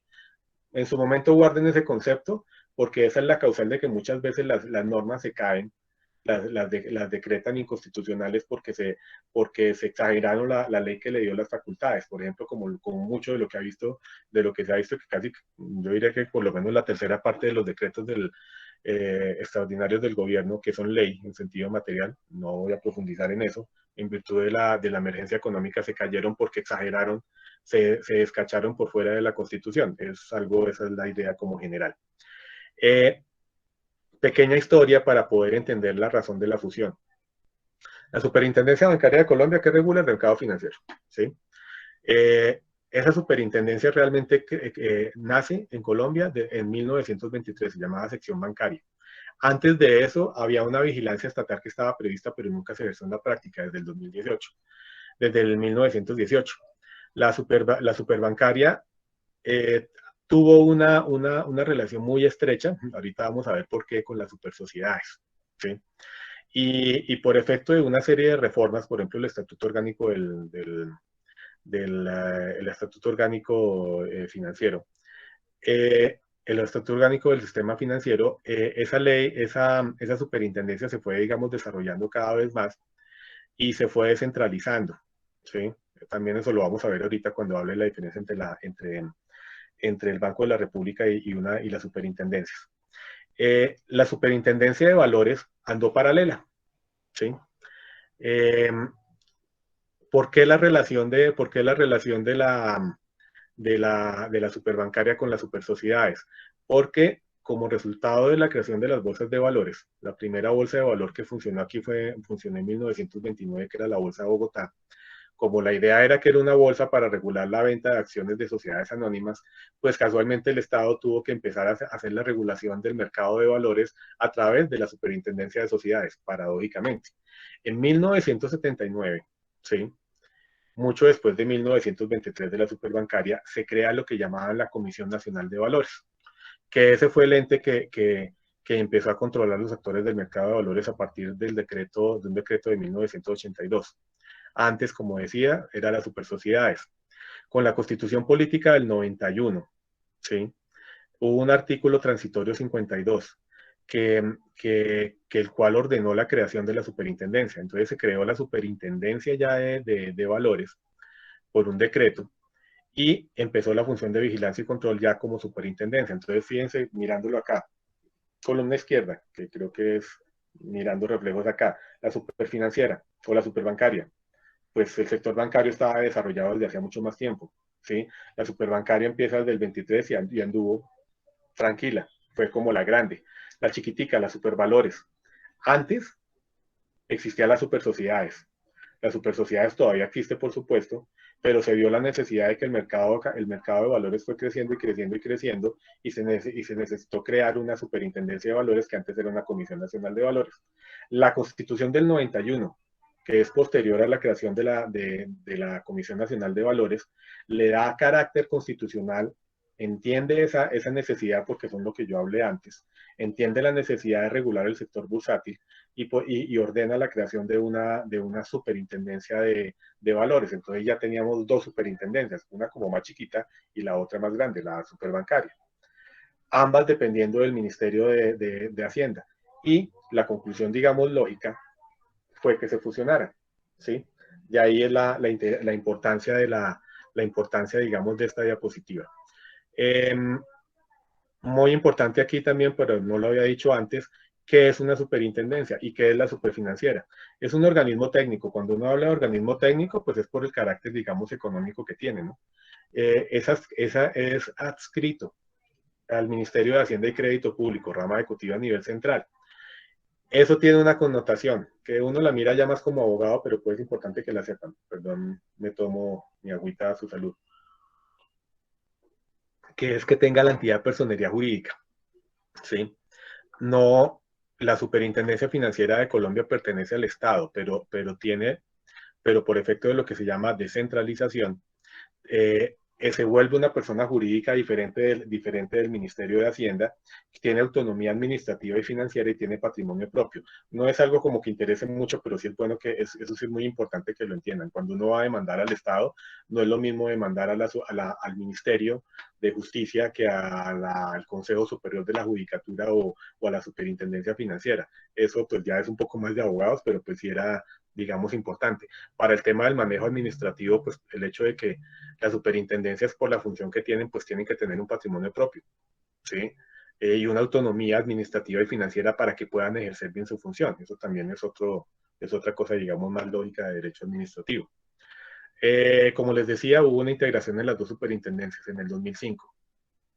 A pesar de que una era como más chiquita que la otra, pues no es que una asumiera las funciones de la otra, sino que por la especialización de las dos ramas, se trataron de fusionar de manera armónica. Parece tonto y un poco como discurso de ventas, pero realmente lo es. Aquí yo les pasé el organigrama de la superintendencia financiera. Lo que está aquí en amarillito, ¿sí? Es la parte de la delegatura adjunta para mercado de capitales. Y esa delegatura, ay, perdón, y la estructura, esa delegatura que está, que es la partecita pequeña del organigrama grande, es esta, ¿sí? Digamos, dividida en cuatro áreas grandes, ¿sí? La delegatura para emisiones, eh, la delegatura de los intermediarios de valores, de las fiduciarias y para pensiones. En su momento lo miraremos también para que entiendan la importancia. Por ejemplo, en algún momento yo les voy a hablar así como rapidito de la ley 50 del 90 o de la ley 100 del 93. ¿Eso qué tiene que ver con el mercado de valores? Porque la ley 50 del 90 fue una reforma laboral y la ley 100 del 93 es lo del sistema de seguridad social. ¿Qué tiene que ver con el mercado de capitales? Pues resulta que la ley 50 del 90, entre otras cosas, creó los fondos de cesantías. Y resulta que la ley 100 del 93 creó los fondos privados de pensiones que casualmente se formaron a partir de qué? De los fondos de cesantías. Por eso es que hay fondos de pensiones y cesantías. Y los fondos de pensiones y cesantías que reciben recursos de los trabajadores, ¿sí? Que las cesantías es una prestación social que, digamos, no es que se le pague al trabajador, sino que se le va abonando, llamémoslo así, en un fondo de cesantías para que el empleador no se la coma, ¿sí? Fíjese que cuando un fondo de pensiones y cesantías tiene que administrar los recursos recibidos del fondo recibidos por las cesantías de los trabajadores, ¿sí? Y de los aportes a pensión para los fondos privados del RAIS, del régimen de ahorro individual con solidaridad, que tiene para administrar lo que deben hacer, invertir el dinero. ¿Dónde lo hacen? En bolsa. Sí. Entonces, fíjese que cuando uno mira el tema del mercado de valores, no lo debe ver solamente desde la perspectiva de las empresas, sino que indirectamente, así no queramos o no tengamos una conciencia clara, los trabajadores invierten en bolsa, porque sus cesantías y sus aportes a pensión en los que tengan fondo privado están invertidos en bolsa por parte de qué? De estas entidades. Entonces, obviamente, eso es algo que requiere una regulación porque imagínense donde el sistema, eso uno lo ve mucho y por ejemplo fue algo que en su momento, eso ocurrió mucho como entre el 94 y también en el 2008, cuando la ley 100 empezó y ya salieron los fondos privados de pensiones. Pues obviamente empezó la oferta de que todo el mundo se cambiara a los fondos de pensiones. Pues yo sé que obviamente, yo creo que muchos de ustedes estaban muy chiquitos para eso, ¿no? Yo sí estaba como ya un poco, ya estaba con mi época, iniciando mi época laboral cuando se dio esa situación. Entonces uno veía que la gente llegaban a las empresas, personas de los fondos privados de pensiones, a que pásese de pensiones a cabo o afíliese. Y en el 2008, pasando a otro momento, el seguro social se acabó y se creó Colpensiones. Entonces hubo una oleada de pánico porque decían que eso no era tampoco tan cierto de que, no, de que, o sea, Colpensiones iba a quebrar y que y que ¿sí? Al margen de esas situaciones, fíjese la importancia de lo que podría pasar como de cierta manera estuvo a punto de pasar en Argentina, a mal que lo recuerdo, o la crisis económica del 2008 en Estados Unidos, de que muchos de los afectados por esas crisis eh, fue gente sobre todo de fondos de pensiones, de muchas personas que quedaron pues, sin su pensión porque los fondos de las empresas habían invertido en inversiones de altos riesgos, por ejemplo, en derivados, ¿no? Fíjese la importancia de tener una adecuada regulación de control y regular que, como lo dije, la propiedad privada, la libertad económica es una función social, tiene un carácter social y que simplemente uno no lo debe mirar todo como lo económico, ¿no? Lo económico es un fin para lograr lo social, ¿no? Y no a la inversa. Esta diapositiva de acá yo se las muestro básicamente porque ayer que estaba saliendo, pues como preparando la conferencia, salí con mi mamá, yo ahorita estoy viviendo con ella por lo del tema del COVID que se vino a vivir conmigo, pues salimos a pasear a los perritos y me hizo una pregunta que obviamente me corchó. Entonces también como para en el fondo evitar que alguien me la haga, pues la hago. Me dijo, Camilo, ¿qué tiene que ver el Banco de la República con la superfinanciera? Y me empezó a preguntar cosas de eso. Y pues lógicamente, pues ahí sí yo llegué, cáspita, mamita, eso se me olvidó. Pues sí, alguien me lo puede preguntar. Es buena la aclaración. El Banco de la República, en principio, si uno lo quisiera ver de una manera simplística, no tiene nada que ver con el mercado de capitales, ¿sí? Pero realmente indirectamente sí tiene que ver, ¿sí? Y la gente, digamos, normalmente, pues obviamente tiene un interés de ver cuál es la relación entre uno y otro. La voy a explicar, ¿sí? Primero, la superintendencia. Ya lo dije, ya lo había dicho, no es un organismo de creación legal, carácter técnico, eso es de la rama ejecutiva. Las funciones, pum, ya lo dije. Dentro de las funciones, pues la inspección, vigilancia y control, y también hay una anotación que era importante, también ejerce función jurisdiccional. La rama del poder, volviendo a las tres ramas, ¿no? Ejecutiva, legislativa y jurisdiccional. La rama jurisdiccional o judicial ejerce la función de administrar justicia, de resolver conflictos. Y las superintendencias, bueno, esa función pues normalmente lo ejercen los jueces de la República, que no están vinculados a la rama ejecutiva, para lo que aquí importa. Pero casualmente, por la especialización de sus funciones, por el carácter técnico que tienen las funciones de las superintendencias, muy especializado, hay casos en los cuales el Estado autoriza a que la superintendencia, que forma parte de la rama ejecutiva, que es suprema autoridad administrativa y no judicial, tenga función jurisdiccional de manera, digamos, específica o residual. En la superintendencia financiera ejerce funciones como jueces en el tema de la protección al consumidor financiero. ¿Sí? Es una parte, digamos, muy pequeña comparativamente con todo lo demás, pero pues igual, obviamente es muy importante, eso era bueno aclararlo. Vamos al Banco de la República. Si la superintendencia es una entidad descentralizada, como que salió de la rama ejecutiva, el Banco de la República es un órgano de carácter constitucional, y esto también es muy importante decirlo. Yo les había dicho de que las ramas del poder son tres, pero fíjese que realmente los actores del poder realmente son más que eso, son 4, 5, 6, 7, 8. ¿Sí? Uno de ellos es el Banco de la República. El Banco de la República no forma parte de las tres ramas del poder, de ninguna de ellas, aunque está estrechamente interrelacionado. Una manera de entender la interrelación de eso, pues simplemente lo digo circunstancialmente, es que la junta directiva del Banco de la República está formada, ahorita no me acuerdo cuántos son 5, si no estoy mal, son cinco miembros de la junta directiva. El director del Banco de la República, ¿sí? El director del Banco de la República lo nombra la Junta del Banco de la República. Y la Junta del Banco de la República no sé si lo dije muy bien, la Junta del Banco de la República son una persona que la nombra, que la nombra la misma Junta, y el resto son personas que los nombra la rama ejecutiva, el presidente. Entonces, la, la, la rama ejecutiva tiene que ver con el Banco de la República, porque nombra a las personas o la mayoría de las personas que forman la Junta Directiva, pero no forma parte del Banco de la República, y el Banco de la República no forma parte de la rama ejecutiva, porque funcionalmente en la estructura del Estado no forma parte de la rama ejecutiva. ¿Para qué? Por el equilibrio de poderes. El Banco de la República, que entre otras ya existía desde antes de la Constitución del 91, ¿sí? Desarrolla la función de la banca central. Es una persona jurídica de derecho público, ahí lo digo, de rango constitucional, está por encima de la ley, no requería una ley que la creara, con autonomía administrativa, patrimonial y técnica, y sujeta a un régimen legal propio. Esto y a los propios estatutos del banco. Eso parece una bobadita. El Banco de la República no está sujeto a la ley 80 de contratación estatal, particularidades de la vida. ¿Sí? El Banco de la República viene desde 1880, 1905, bueno, fueron los antecedentes, el Banco Nacional y el Banco Central de Colombia, que no funcionaron muy bien en su momento.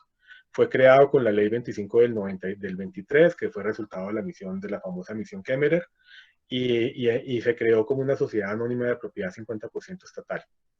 Tiene las funciones básicas de eso. Por supuesto, esas funciones pues tienen que ver con el mercado financiero, porque pues regular la moneda, cambios internacionales, emitir la moneda legal, ser prestamista de última instancia y servir como agente fiscal del gobierno tiene una estrecha relación con lo uno y lo otro, pero realmente no está involucrada directamente en el mercado de valores. Por eso es que uno dice en principio no tiene que ver directamente con el tema que estamos tratando, pero pues eso era bueno aclararlo, pues porque de todos modos todo está absolutamente integrado por el concepto de constitución económica al cual yo venía hablando. Ahora, si vamos bien, si no se han dormido, si todavía no están, digamos, saturados de tanta norma y de tanto texto, que espero que no, ¿sí? Ahora sí curiosamente, ahora sí vamos a entrar en materia. O sea, ya hemos entrado en materia porque ya aquí ya despachamos la Constitución. Ahora Acá todavía estamos. legal. ¿Sí? Ahora vamos a hablar de la parte legal. Sí, como les digo, lo digo porque es que yo sé que, digamos, a un economista, a un contador, esto, Dios mío, es como duro. Como cuando nosotros nos ponen que la tabla dinámica en Excel. Cáspita, ¿no? dígame, hágalo, yo le hago un memorial en Word, pero ya lo otro, pues, ay Dios, ¿sí? ¿Cuál es el contexto normativo general del mercado de capitales a nivel legal y reglamentario? ¿Sí? Yo en su momento, cuando ya, digamos, ya termine, voy a concentrarme en la ley marco del mercado de valores, la ley 964 del 2005. Pero realmente uno no puede entender eso de manera aislada y tiene que entenderlo en virtud de otras leyes que tienen que ver con eso. La primera, lo más básico, el Código de Comercio, es un código de 1971, ¿sí? Es un decreto del 71. Y muy especialmente el régimen de sociedades y muy especialmente las normas sobre la sociedad anónima.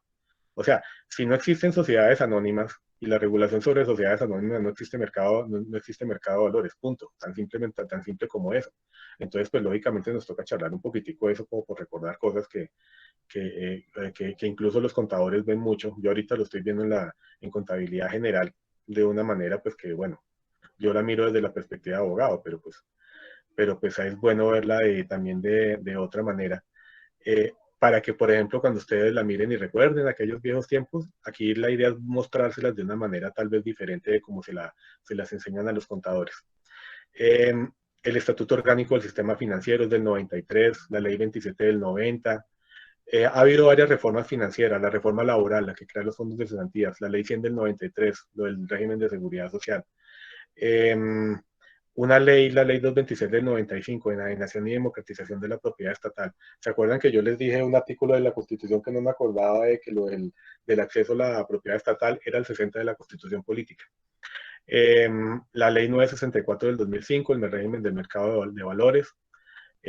Hay otras tres que también son importantes, que son la ley 1266 del 2008, que es el habeas data financiero.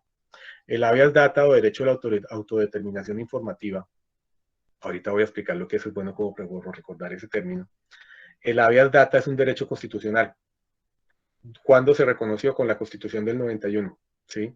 Y cuándo se empezó a practicar inmediatamente con todas las tutelas que ponía contra los fondos privados de pensiones. Sí, de una. No, perdón, no, contra las centrales de crédito, contra Datacrédito y la CIFIN. Fue tanto el desarrollo de eso a punta de tutelas que finalmente se dio la necesidad de desarrollarlo legalmente. La ley del 2008 es la del habeas data financiero, de las entidades financieras. Y hay otra ley que es la de las entidades, digamos, no financieras, que es del 2012. No me acuerdo, la 1248, creo que es, no me acuerdo muy bien. Pero aquí lo importante es que entiendan que esa ley desarrolló un derecho constitucional o el manejo legal de un derecho constitucional inicialmente para el tema financiero. Y esa ley fue la que, si ustedes recuerdan, pues fue la que reguló el tema de cómo se manejaba el asunto básicamente para el tema de las centrales de riesgos.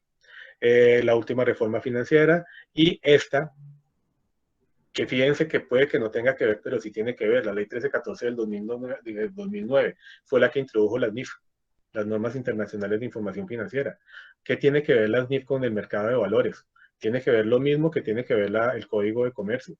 Para que haya un mercado de valores funcional y que atraiga, entre otras cosas, la inversión extranjera, tiene que haber un régimen claro a nivel de las normas de contabilidad. Parece tonto, pero pues es algo que tiene unas implicaciones grandísimas, ¿sí? Entonces eso es un escenario que tiene que ver también con la transparencia. Si un inversionista extranjero va a adquirir acciones en Ecopetrol, sigo con el mismo ejemplo manido porque se me ocurrió, pues obviamente le interesa poder tener información clara, coherente, completa, relevante sobre lo que quiera o no adquirir. Y para eso, ¿qué va a haber? Los estados financieros. Si llega aquí a Colombia y ven los estados financieros que no manejan los criterios NIF, pues lógicamente la persona queda perdido o no tan perdido, pero pues no es la idea. Entonces, fíjense la importancia de que tiene todo esto. Es la uniformidad, ¿sí? Porque recuerden que el mercado de esto es un mercado global, ¿sí? Que se maneja a nivel nacional, sí, pero que implica actores globales. Cosa más dramática, incluso, por ejemplo, en estos momentos de la economía del COVID, que el COVID fue simpático, bueno, no es simpático, ¿no? Pero pues digamos interesante dentro de lo trágico que es, que el COVID lo que hizo fue que apagó la economía, ¿no? O sea, la paró, de frente, ¿no? Y uno de los temas que tienen todos los estados a nivel, digamos, de inversión extranjera, ¿sí? Y de deuda externa, es que obviamente de dónde consiguen los recursos para poder financiar todo lo que tienen que hacer para tratar de atender, de fortalecer su sistema de salud para atender la emergencia, y después cómo poder reconectar, rearrancar la economía. Todo eso tiene que ver con el sistema, con el régimen de valores, porque parte de esas dinámicas implica un endeudamiento externo de las maneras como puedan. Y no solamente eso se refiere a punta de deuda externa, también se requiere a punta de inversión, de buscar inversión de actores privados, por ejemplo, con proyectos promovidos por el Banco Mundial o el Fondo Monetario Internacional. Fíjese que todo está interrelacionado. Esto es como recorderis para todos aquellos que lo hayan visto en sus materias, pero quiero darle por lo menos un enfoque muy por encima de derecho. No voy a profundizar eso porque pues, muchos, digamos, lo saben por su trabajo o no. Pero quiero que lo vean desde la perspectiva del abogado, que yo sí estoy seguro que eso, por ejemplo, en contaduría, nunca se los han dicho. La pregunta que uno debe hacerse, ¿por qué la sociedad, por qué curiosamente las únicas sociedades que emiten acciones son las sociedades anónimas? No es cierto, están las sociedades por acciones simplificadas, ahorita lo voy a decir. Pero digamos, planteamos esa pregunta, oiga, ¿eso por qué? ¿Sí?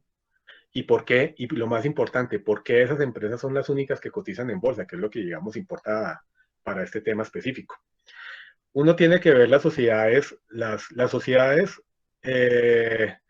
bueno, las sociedades son personas jurídicas independientes de los socios, es un efecto del contrato de asociación para crear, es una manera de crear empresa, es una forma, digamos, de hacerlo creando una persona jurídica con un patrimonio y responsabilidad diferente de los socios, es parte del encanto de una sociedad.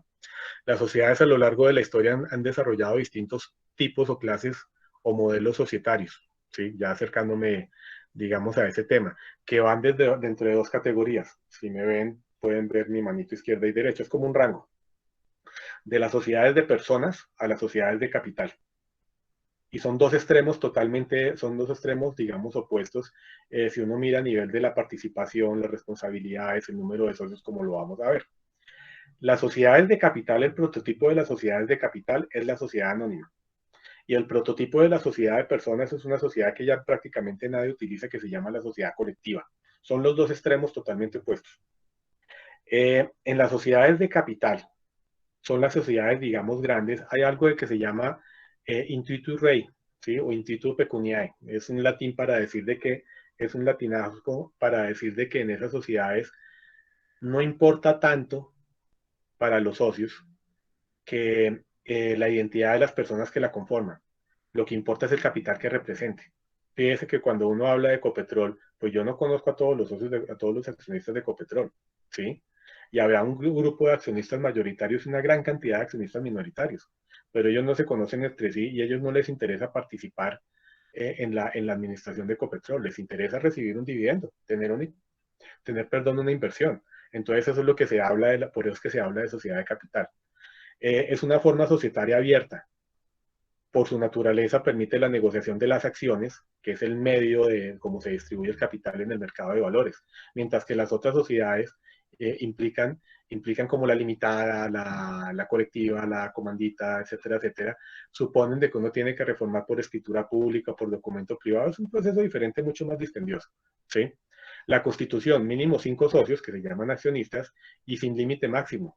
La sociedad limitada, por ejemplo, tiene que tener mínimo 2 y máximo 25, ¿sí? El capital social, ¿sí? Capital, ¿no? O sea, el capital es el primer aporte el primer aporte a patrimonio de una empresa, ¿no? Cuando no tenemos nada de dónde arrancamos, de una plata que ponen los socios, ¿sí? Social, pues es el destinado al objeto social y al contrato social, que es lo que uno llama estatutos.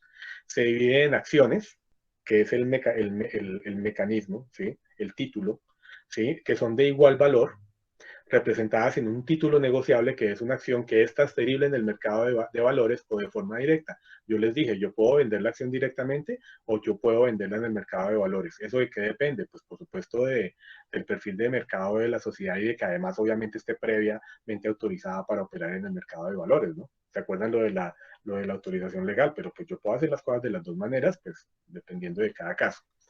Las acciones pueden ser al portador o nominativas, una acción nominativa es que debe figurar el nombre del titular de la respectiva acción.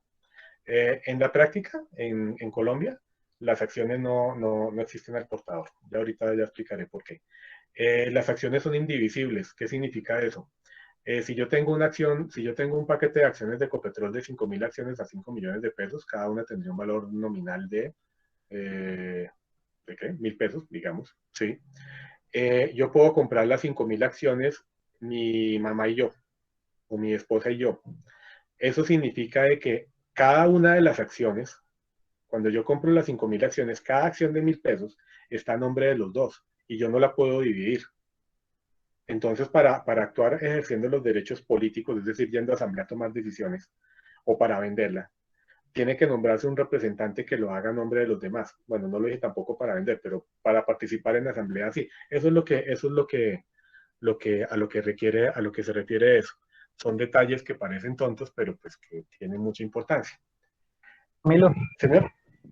Camilo, muy bien, vamos bien, quedan 30 minutos para ir agilizando la Sí, presentación.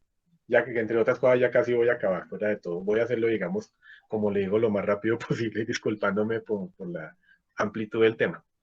Esto también ya lo he explicado. ¿De dónde nacen las sociedades por acciones? Históricamente nacen de sociedades que requerían mucho capital. Si uno lo mira en la historia, ¿sí? Eso nace en las compañías de colonización. Íbamos a las colonias a invertir para extraer oro o carbón, ese tipo de cosas.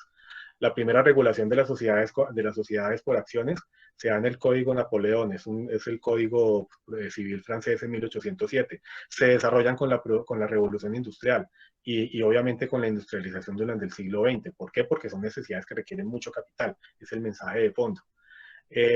La función de la sociedad anónima básicamente es financiera, es lo que uno habla como una bomba de capital. Me interesa que esas personas aporten capital para poder hacerlo los proyectos. ¿Sí? Eso también fíjese que ya lo dije. Los tipos de acciones, aquí también eso, voy a decirlo, también son cosas que digamos, a los contadores les dijeron eso. ¿Sí? ¿Qué importancia tiene esto? ¿Se acuerdan? Capital suscrito, autorizado, pagado, los tipos de acciones ordinarias, de goce de industria, las privilegiadas y preferenciales. Lo importante aquí es de que los tipos de acciones, la sociedad anónima está diseñada, ¿sí? Como sociedad abierta, está diseñada para que la transferencia de acciones sea lo más fácil posible. ¿Sí? En una sociedad limitada, si yo voy a transferir las cuotas partes, ¿sí? Las cuotas sociales, yo tengo que hacer una reforma estatutaria. ¿Sí? Eso no es tampoco tan fácil. Mientras que en una sociedad anónima y una sociedad anónima, digamos, abierta, pues yo lo que hago es emiten las acciones, yo las compro y listo. ¿Sí? No es tan simple, pero en el fondo es eso. Y la sociedad y las posibilidades de las acciones me permiten tener distintos tipos de acciones para poder facilitar permitir a la sociedad que puedan tener como unas ofertas de mercado diferenciadas frente a clientes específicos. No es lo mismo las ordinarias, las de negocio en industrias o las privilegiadas y preferenciales, que por cierto, esos son dos categorías diferentes, pero en el Código de Comercio están dichas como una sola categoría.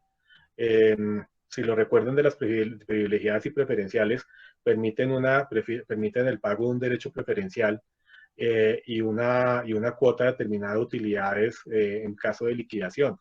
Eso es para personas que está diseñado para personas que uno quiere la sociedad como que no se metan mucho en las decisiones de la Asamblea General. Es básicamente eso. Pues ya sería muy largo explicarlo, pero quiero que queden como la idea de eso. O sea, está diseñado la sociedad anónima para permitir que las acciones se comercialicen fácilmente. Y por supuesto, la sociedad anónima de un tamaño grande, pues lo idóneo es hacerlo en bolsa. Para eso es lo que va. Este cuadrito, no quiero profundizar en eso, lo que está en amarillo es la sociedad anónima. Seguramente yo lo vi, solo que mejor hecho porque me puse a hacerlo y le encontré errores en la primera clase de contabilidad general. El mensaje de eso, ¿se acuerdan? Y yo les decía, la colectiva es un extremo y la anónima es el otro extremo. Hay un híbrido aquí que es la sociedad, que la SAS. La SAS es un híbrido que rompe, digamos, con muchas reglas de derecho societario. La regla general del derecho societario es que uno puede armar una sociedad. Un primer requisito, pluralidad de socios. ¿Cuántos son? 2 mínimo, ¿sí? O 5 en la anónima, por ejemplo. En la SAS uno puede constituir una sociedad con un solo socio. Eso no es eso rompe, digamos, digamos, el paradigma del derecho societario. En el tema de las acciones también hay unas cosas de la sociedad simplificada de que puede haber acciones con voto múltiple, que es una cosa que no funciona en la anónima.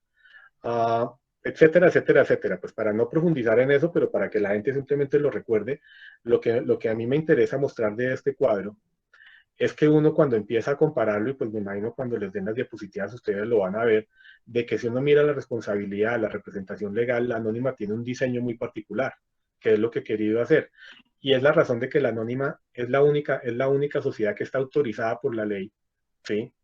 Para poder cotizar en bolsa, porque está diseñada para eso, ¿sí? Curiosamente, la sociedad de acciones simplificada tiene todos los beneficios de la anónima, pero es una cosa que ya es tan flexible, es ya tan fluida, que la ley también lo que permite, lo que buscó era obligarla a que era impedirle que pudiera cotizar en bolsa, que es un tema, o sea, la ley que creó la SAS no permite que se negocie en bolsa, ¿sí? Porque es que la sociedad por acciones simplificada ya es una cosa al extremo. Uno puede tener o no tener un revisor fiscal, puede hacer una sociedad con un solo socio, puede hacer lo que quiera con las acciones, o sea, puede rediseñarlas para que una persona, somos 5 socios y hay un socio que a nivel de votos tiene el 90% el 90% de las decisiones, cosas así, que eso pues no, eso sí atenta contra los principios, sobre todo de transparencia del mercado de valores. Por eso es que la SAS no está autorizada para hacerlo. La pregunta que les dejo, pues con mucho más tiempo en otra ocasión uno podría tratar de verla. Sería interesante en algún momento que las SAS pudieran participar del mercado de valores, pero eso implica una regulación mucho más específica que de un mínimo de garantías de transparencia y de confiabilidad en esas entidades. Es un tema que en el fondo es un poco de debate porque, por ejemplo, en Colombia, con la ley SAS, de repente todas las empresas se volvieron sociedades anónimas simplificadas. Y casualmente la sociedad anónima de la pequeña y mediana empresa pues también empezó a perder atractivo. No es un tema como para futuro. Ecopetrol, es el ejemplo. Sí es. Aquí vemos en este cuadro la evolución del número de accionistas y de las acciones. Bueno, digamos, ya lo habíamos hablado, siempre lo he dicho como para resaltar la importancia de la sociedad anónima y del mercado de capital en la dinamización de la economía en todos los niveles, ¿no? Desde lo público, lo privado, lo social. Las bolsas de valores. Esto también es rápido, pero también es importante. Las bolsas de valores son los escenarios en los cuales se desarrolla el mercado, el comercio de la intermediación de valores. Las bolsas de valores existieron antes de la regulación de las bolsas de valores. Eso es lo que yo quiero señalar aquí. La primera bolsa de valores que funcionó fue en 1929, curiosamente por la época de la Gran Depresión, que fue la Bolsa de Bogotá. Funcionó durante mucho tiempo, hasta hubo un intento, una bolsa de Colombia que no funcionó, hubo una en una bolsa popular de Medellín que eso tampoco funcionó. Y en los años, en 1961 y luego en 1983 surgieron la bolsa de Medellín y de Occidente, que es en Cali. En 2001, las 3 bolsas del país, Bogotá, que fue la primera y duró durante mucho tiempo, Medellín y la de Occidente, se fusionaron en la Bolsa de Valores de Colombia, ¿sí? Estos grafiquitos de acá, que estos fueron sacados de una celebración como de los 80 años de la bolsa de la BBC, pues demuestran la evolución del crecimiento del mercado, pues que fíjense que sí es algo que ha sido, digamos, muy importante, relevante. Y si uno mira, por ejemplo, las gráficas, por ejemplo, el 75, fíjense que coincide el crecimiento con la creación de la Comisión Nacional de Valores. Y recuerden aquí también de que las super sociedades nació porque se creó la Bolsa de Bogotá, ¿no? Lo que les había hecho desde el principio. Historia de la Bolsa de Valores, muy bonito, pues resumen de lo anterior. Esto es como el marco regulatorio reciente, pues no voy a profundizar en eso, pues les digo eso, simplemente voy a mostrarles que ya he hablado tangencialmente de eso, y lo que está en amarillo es la ley de la que voy a hablar también muy simplificadamente, pero que pues es lo básico, que es la ley marco que hay para el mercado de valores. Y esa es la ley 964 del 2005. Por supuesto, no sé cuánto lleven esto, sí, ya llevo como casi media hora, voy a sacarlo rápido. esta norma tiene 88 artículos y un pocotón de decretos reglamentarios. Por supuesto, pues si yo me pusiera a hablar de eso, explicarles el marco regulatorio, no acabo nunca, ¿sí? Aquí yo simplemente les voy a mostrar los conceptos más principales para que se ubiquen. Yo creo que con toda esta historia que les he mostrado ya entienden como eso de dónde es y para qué sirve, que era como el objeto de la charla. La ley 964 del 2005 es muy importante porque es la primera ley que realmente determina qué es el mercado de valores y determina los criterios para ello. Por extraño que parezca, como ya lo vieron en la historia, fíjense que todo también fue un poco como una colcha de retazos, ¿sí? Esta ley es la que finalmente lo concentra y proviene además de un mandato constitucional que proviene de la creación de las supervalores en la Constitución del 91, etcétera, etcétera, etcétera.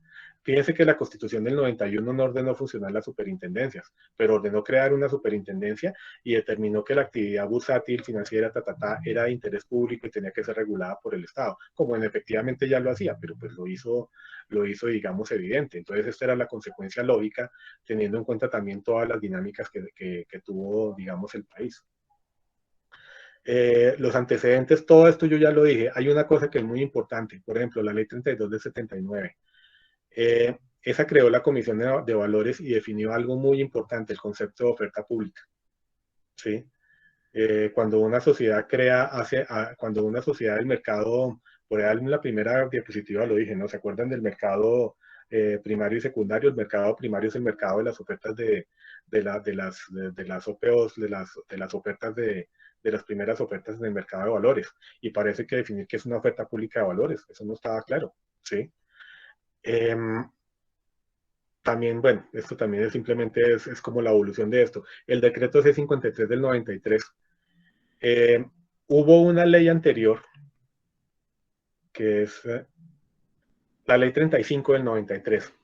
Fue realmente como la primera norma que intentó regular el mercado de valores. Y en virtud de esa ley hubo un decreto, el 653, un decreto en total muy bueno, muy aceptado, pero que resulta que el Ejecutivo, o sea, el presidente, se excedió su facultad reglamentaria, es decir, ¿se acuerdan de que yo les decía de que la ley me da unos parámetros para que usted al detalle trate de definirlos, pero tenga mucho cuidado de no irse del marco que yo le di? Eso fue lo que pasó. La Corte Constitucional declaró inexequible, es decir, por fuera de la Constitución, todo el decreto, mediante la sentencia C-397 del 95. Y era un decreto que entre otros que era muy bueno, pero pues tuvo problemas y no funcionó. Ya mirando ya ahora sí en la ley 964 es muy por encima. Hay como tres cositas que sí me interesa como que lo comprendan, que lo tengan en mente, para cuando ya ustedes la vean, digamos, en el detalle y se saturen de eso. Estas cosas que aquí ven son los parámetros que definió, que no estaban unificados. La ley 964 tomó en cuenta unos parámetros de la IOSCO. La IOSCO es la Organización Internacional de Comisiones de Valores. Es un ente internacional que, digamos, de cierta manera, por ejemplo, como la ISO, la Organización de Estándares Internacionales, dicta, digamos, los estándares internacionales para el mercado de valores y los criterios, los parámetros de la IOSCO se regulan, digamos, en básicamente el 90-95% de los países, de los mercados de valores. Entonces, esta ley tiene, dentro de muchos de los aciertos, pues adoptó esos parámetros para tratar de normalizar normalizar el mercado de valores a la nueva economía. Esta es una ley que lleva 15 años, que es muy moderna, pero que aún así tiene que renovarse. Eso era un propósito del Estado en el 2019, pero pues lo del COVID pues lo dejó así. ¿Cuáles son las innovaciones? Tal vez hay una que también puedo, para finalizar lo que ya me falta, digamos, ya muy poquito, es tal vez la más importante de todas, el concepto de valor. ¿Sí? El concepto de valor, curiosamente, en el Código de Comercio hay un título que es el concepto de títulos valores, como la factura, la letra de cambio, factura, letra de cambio, el bono de prenda, bueno, etcétera, etcétera. Las acciones siempre se entendieron como títulos valores, pero no estaban expresamente definidas ahí en el Código de Comercio, o sea que hay una ausencia de regulación. ¿Sí? Esta ley determina el concepto de valor como todo derecho de naturaleza negociable que haga parte de una misión cuando tenga por objeto la captación de recursos al público. Determinó un listado enunciativo, excluyendo las pólizas de seguro y de los títulos de capitalización. Facultó al gobierno para tomar como valor cosas que se fueran desarrollando a futuro, por ejemplo, los contratos de futuro, los de opciones, etcétera, etcétera. Determinó criterios especiales de protección a dichos activos, le asumió una protección que ya existía en el Código de Comercio frente a los títulos valores, exceptuando algunas acciones, pues que pues no vale la pena, digamos, explicarlo aquí. Las acciones cambiarias de regreso y ese tipo de cosas, pero pues le dio estabilidad jurídica en cuanto a cómo hacer valer los litigios jurídicos para tratar de exigir que paguen la acción y ese tipo de cosas. Y definió que eran valores, y definió que eran valores y dio un listado enunciativo. Hay listados enunciativos y taxativos. Los listados enunciativos, es decir, soy 1, 2, 3, 4, pero puede ser 5, 6, 7, 8 y 9 y lo que aparezca. El listado taxativo, es decir, es 1, 2, 3 y 4 y no existe 5. ¿Sí? Como es un listado que es abierto, permite que a medida que se creen instrumentos financieros adicionales, permite que eso que puedan incluirse nuevos desarrollos. Eso es lo importante también de esa ley. Delimitó la intervención del Estado, la supervisión, todo eso son cosas que el proceso de autorregulación estableció unos principios que, pues bueno, ya sería, digamos, muy largo explicarlo, pero que son fundamentales. Hay dos, prevalencia y finalidad de las operaciones, protección de las garantías. Todo eso es fundamental para establecer el marco regulatorio. El proceso de autorregulación. Las bolsas de valores tenían sus propios reglamentos, pues ¿para qué? Para tratar de ser lo más legales posibles, pero también para evitar que el gobierno intervenga y lo regule. Pero aquí, acudiendo a los criterios de la IOSCO, entre otras cosas, dictan los parámetros para decirle, oiga, usted se tiene que autorregular, lo del compliance, pero tiene que tener por lo menos criterios normativos, supervisión, disciplinarios y certificación. Si usted no tiene eso, no se está autorregulando. Esas cosas son lo que modernamente creó esta ley. Aplicó unos temas de la ley al Banco de la República para integrar. ¿Se acuerdan de que como el Banco de la República, que tiene que ver, fíjense, de una u otra vez se define? Creó algo muy importante que realmente no existía, un régimen de protección al inversionista. Eliminó la Sala General de la Superintendencia de Valores. Eso era algo así, piensen como la Junta Central de Contadores, que era como una sala que decidía ciertos temas técnicos y los regulaba para hacer que fuera el legislador y la rama y el gobierno nacional quien definiera la materia. Y muchas otras cosas, digamos, importantes, incluyendo, por supuesto, la autorización de la fusión de las dos superintendencias. Nada más, importantísimo, ¿no? Por supuesto, aquí yo obviamente me pasé por la faja una explicación súper completa de eso, pues entenderán por el tiempo, eso era lógico, pero, pero digamos que la idea, el propósito de la charla era más como poderlos contextualizar y espero poderlo haberlo hecho bien. Ya para finalizar, hay como 2 diapositivas ya, digamos, de ñapa. Aquí también hay que recordar que el marco de esa ley del 2005 tienen que ubicarlo en la época. Eso provino también de una misión del Ministerio de Hacienda que determinó que había que modernizar el mercado. Curiosamente, digamos, 2 años, 3 años después, y vino la crisis mundial del 2008, que según entiendo, y ustedes lo saben mejor que yo, pues curiosamente a Colombia no le dio tan duro como tan directamente, pero pues obviamente sí la afectó.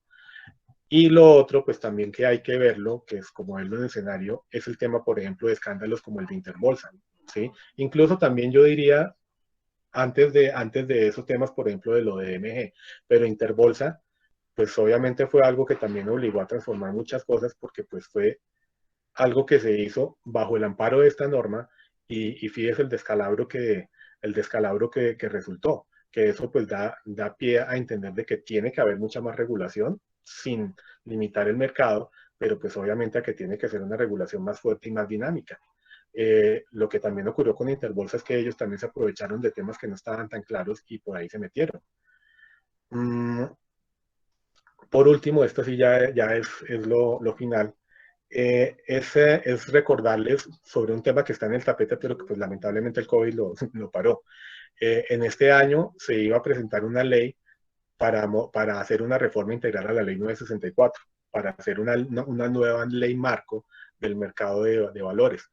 Eso proviene de una misión del Ministerio de Hacienda que fue cuando se expidió la ley un tiempo después.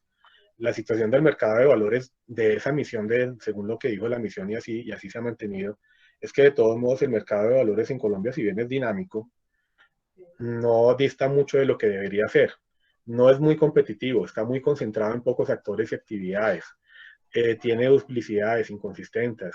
La institucionalidad de todos modos es difusa. Y obviamente, digamos, el tema de la función de la superfinanciera, de la superbancaria y la otra, pues obviamente todavía hay muchos temas que hay que pulir. Colombia es el tercer mercado de deuda pública. Curiosamente, por ejemplo, fíjense la diferencia, o sea, tiene 68 compañías inscritas en bolsa, mientras que Perú tiene 232, Chile 212, México 143. Nosotros estamos muy rezagados, ¿sí? Y hubo una propuesta de una reforma que vino una misión también del Ministerio de Hacienda del 2018 y 2019 que propuso una reforma que la iban a radicar, la tenían preparada para este año, pero como llegó el COVID, pues aquí quedamos. No significa que la ley 964 sea mala, pero sí significa que de cierta manera se quedó corta. Ese es el mensaje de esto. Y en el escenario de esto, pues yo confío en que pues ya el año próximo, cuando ya todos mejoremos, pues ustedes van a ver un escenario en el cual va a haber una reforma a esta ley y una reforma integral, es decir, va a haber una nueva ley que regule toda la materia. Por eso, pues también me parece que era importante como ver todo este escenario, pues sin poder profundizar en todo lo que uno quisiera, porque pues obviamente el tema es muy, muy denso, pero pues sí, como que ustedes pudieran entender como eso de dónde salió y pues sobre todo como también cuál es la finalidad, ¿no? Porque son herramientas para que ustedes lo manejen y no algo por ahí como árido, como lejano a su contexto, que no tenga como aplicabilidad. Y dicho eso, pues bueno, muchísimas gracias. Ya finalmente pude darles esta exposición que me descaché como media hora. Me disculpo por eso. Y pues ahí sí cualquier, digamos, preguntita, si alguien tiene ganas de eso o lo que sea, pues por supuesto, pues estoy dispuesto a contestar lo que necesiten. Camilo, en nombre de la Universidad Surcolombiana y en nombre del programa de Administración Financiera, le queremos agradecer por este taller tan importante, tan fundamental. Hemos comprendido el funcionamiento legal, jurídico y en el mercado de capitales en Colombia. Los datos que traes pues son un poco alertantes, ¿no? Un poco de desaliento ver tan pocas compañías cotizando en la bolsa de valores cuando países hermanos como Perú tienen casi el doble. Entonces, frente a eso, muchas gracias por el taller. Hay una pregunta, Sí, Camilo, un estudiante, ¿hacer trading en Colombia buena es legal? pregunta. Sí. Esa pregunta, bueno, voy a tratar de responder, o sea, muy, muy rápida. Eh, realmente no. Sí, o sea, la respuesta correcta es decir, la legalidad de eso es muy difusa. Esa sí es respuesta típica de abogado, ¿sí? ¿Qué es lo del cuento del trading? Para verlo también de manera como simple, ¿no? Eso es como las cosas como lo de eToro y ese tipo de cosas. Las personas que hacen trading están ejerciendo realmente ilegalmente la función de comisionistas de bolsa, ¿sí? Es una especie como de negocio informal, como lo he visto, pues yo nunca he hecho eso, pues ha habido personas de que lo típico, de la persona que se hace amigo de uno y le empieza a meter el cuento, y pues yo no sé de eso, eso está muy complicado para mí. Pues son personas de que inducen a hacer una inversión bajo un esquema piramidal, es decir, cree su red que crea su red de otros. Eso en el fondo es una pirámide, ¿sí? Eh, las personas ejercen acciones en bolsas extranjeras. O sea, uno ve cosas como de los personajes de que básicamente reciban dinero, cátenlo de su red, de su pirámide, literalmente, para que ellos puedan invertir puedan invertir por internet, por eToro o una cosa de esas.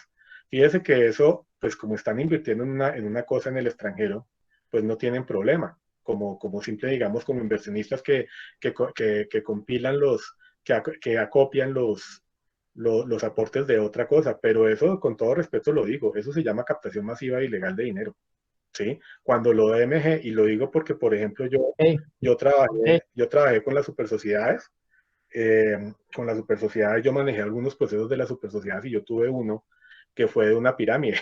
Entonces, pues o sea, la realidad es que no es legal, ¿sí? Así de simple. Ok, La ok, segunda, Camilo, muchas gracias. la otra, esa también se la ¿Otra digo en el pregunta? último año, si declara renta acerca del dinero que se tenga. Sí, claro, eso, o sea, eso usted tenía que haber presentado su declaración de activos en el exterior hacia allá buen rato. Sí, sí, eso le toca, ¿sí? Y recuerde lo de los Panama Papers. Hay tratados de hay tratados de divulgación de información, por ejemplo, con Estados Unidos, ¿sí? Y los tratados con Panamá ya hay uno, con Panamá hay uno, entre otras cosas. O sea, hay que tener cuidado con esas cosas, ¿sí? Puede que usted no esté obligado a declarar en la persona que me lo digo, pero de todos modos tiene que declarar los activos en el exterior. Y eso es complejo, ¿sí? Ok, ¿alguna otra pregunta, chicos? Ya para culminar nuestra jornada de la mañana, saludar a los estudiantes de la Universidad Corhuila que participan también de este seminario, saludar a los estudiantes de Unicinú que también hacen parte de este evento, de este seminario de mercado de capitales. Muchachos, muchas gracias por su participación en la jornada de la mañana. A las 2 en punto comenzamos con nuestro taller de renta fija. Estén muy pendientes porque este taller se va a realizar de manera, digamos que vamos a trabajar en vivo a través de la plataforma Bloomer para que ustedes puedan conocerla, puedan ver cómo se interactúa a través, cómo los profesionales traders operan a través de esta plataforma que es una de las más importantes a nivel mundial.